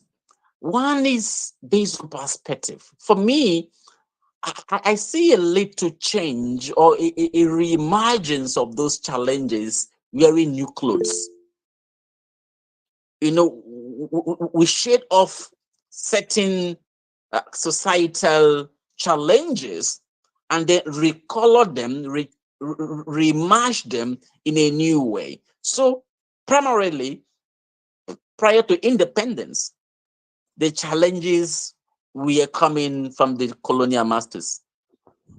But now, post-independence, these same challenges are now being perpetrated and imposed on the African by fellow Africans.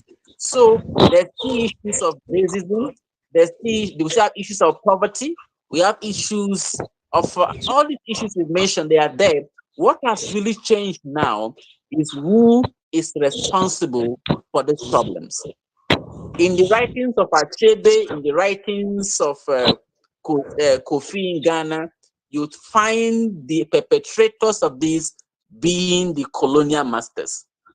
But in modern writings, the perpetrator is not the man in Washington, it's not the man in London, it's now the man who is living with the African. So the challenges have not changed basically, but the perpetrator, the cause of these challenges is what has planned this year. Thank you very much. Thank you so much, sir. I have a question. Yeah, go Hello. ahead. Yes, I have a question. Like, I have not read much about African literature. Only Chinua Achebe I have read in detail. So, how can you say that was the cardinal feature of African literature, which can give us incentive and the temptation to explore it more and more? Because African literature is not explored that much, not read that much widely. And how can you suggest us to read this literature on a greater or a vast platform? And how can we apprise ourselves of its cardinal features and the genes of wisdom strewn in African literature? Because I think you are the right person who can guide us in this direction. Thank you, sir. Yeah, thank you very much. I believe strongly that literature is part of soft power and cultural diplomacy.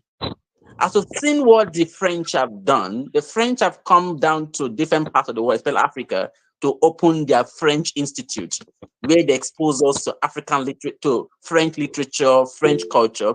We've seen also what the Americans have done, the Germans have done, and then they even come to universities in other parts of the world to open centers and institutes. So I think also that India and Africa can do that. So I'm going to give a different ways in which we can promote our literature. One is from the intellectual aspect, where it is possible for me being in Nigeria to become an advocate of Indian literature, where in my university we can have a center, we can appoint a professor, a chair, or a scholar who is going to introduce and promote Indian literature to each of our students and encourage them to write their thesis, their dissertation, their term paper, their assignment using those literature. That's one aspect. Because even right now, like University, Manipur University has appointed a fellow, is a Professor Onyeka Unwelu, who is currently a fellow in Oxford and Cambridge as a visiting associate professor. So he comes and he teaches African literature. So that's one thing I think. So I love this kind of conference I've been organized. So I think we can do more of this, where people like us and thousands others in Africa are partnered with to be made visiting professors, associate professor, whatever capacity, so they can, and their work mainly is to promote Indian literature in Africa. Why? They also help you in having access to African writers and literature. That's one. Number two is we have series of online platforms, like I mentioned about the Okada books, which is a free platform online. You can just Google Okada books, one word, Okada books. You know, when you go there, you will see thousands of literary works from the African content you can access and work on. Again, what we have done in our university, because I'm a very big supporter of Indian literature. And if you come to my library, you find most of the books you find on my library are written by Indians. So in our assignment, teach your students not to use the known works or even to do a comparative study. Using the known old writers, combine that with the new writers. Combining of comparing Indian writers, Indian literature with African literature. In that way, you are encouraging them. In our university, right, part of the reading list, we've included some Indian writers, call them as our Asian writers, American writers. We'll have a bridge. So at the end of the day, our students are exposed to not just African literature. So we can do that using the academic centers. For instance, in Nigeria here, many universities have center for Indian or Asian studies or Asian literature. And they appoint some academic staff to chair and man those units, and they promote works, they promote writers, they promote scholars like yourself who will speak to students at different times over the semester and expose them to happenings, to revolutions, to books and works. So I'm also encouraging that Indian universities can create, so, and some of the things are done pro bono. There's no really amount attached to it. So with this, we can, because if not, you only be exposing your students to the known works like Chimamanda, Okigbe, Okigbo, and the rest, but they won't be exposed. But you must do it deliberately. So one, be through institute, through collaboration. Three, also you go online, you'll find all these writings, and that will help in promoting. But I believe that it could be a cross-cutting thing where also in Africa we can promote Indian works and India can equally promote our works. And it can start even from the classroom where you give them different titles to read, and they're free. They can download them, they can read them, they can write their reviews, their term paper, their project, they can do comparative studies. And I tell you, in a few years from now, you'll be shocked to the extent which your students, your colleagues will be deep on this. Thank you very much. I have the last question. Like Derek Paul, the last question. Derek Walcott is a representative poet of Caribbean literature. So whom do you Go find ahead. representative poet of Africa?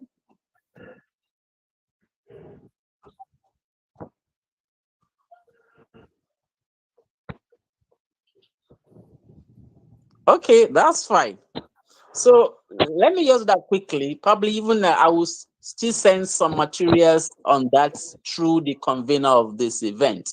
But let me just tell us some of the rituals of the African society. Because as I said, which one of a question was asked to say Africa is a continent. So different societies, we have rituals that are related to the passage rite, where you move from being a boy to becoming a man. And in some society, some of the rituals, it includes, some of them, it means going to hunt for games in the jungle. And the young boy is okay, now you've gotten to a certain age, probably age 16, you want to move from being a boy to being a man. So you go to the bush and you go and hunt. If you're able, you must not come back until you have been able, you come with a game. That is one. Also for the ladies, certain also rites are done when they move from get to the age of puberty, or when they get to marriage age. They're also religious, and then there are some kind of societal cuts also for different groups of people, especially for the men. So there are a series of this across the continent. There are also festivals, for those depending on the gods, just as they have in India, for those, for me, I'm a Rajasthani man. I actually more with Rajasthan. And then when we go to Ganesh temple, the rituals are different.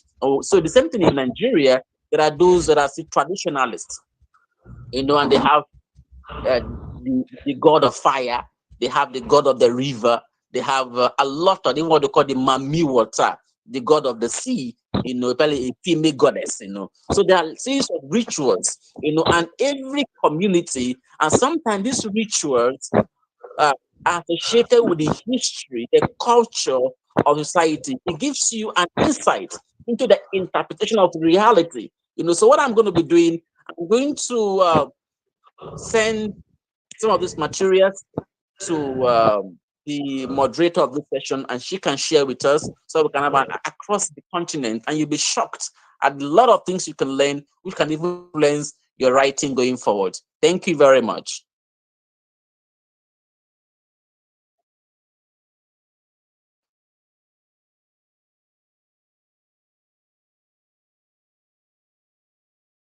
Ma'am, your mic has been muted. Now it's audible? Yes, ma'am. Okay, okay. Yes. So really very interactive session, Dr. Desmond. Thank you, ma'am. We are highly thankful to our eminent resource persons, Dr. Savraj from Patiala, Punjab, India, and Dr. Desmond Okocha from Nigeria. Now it's time to call it a day.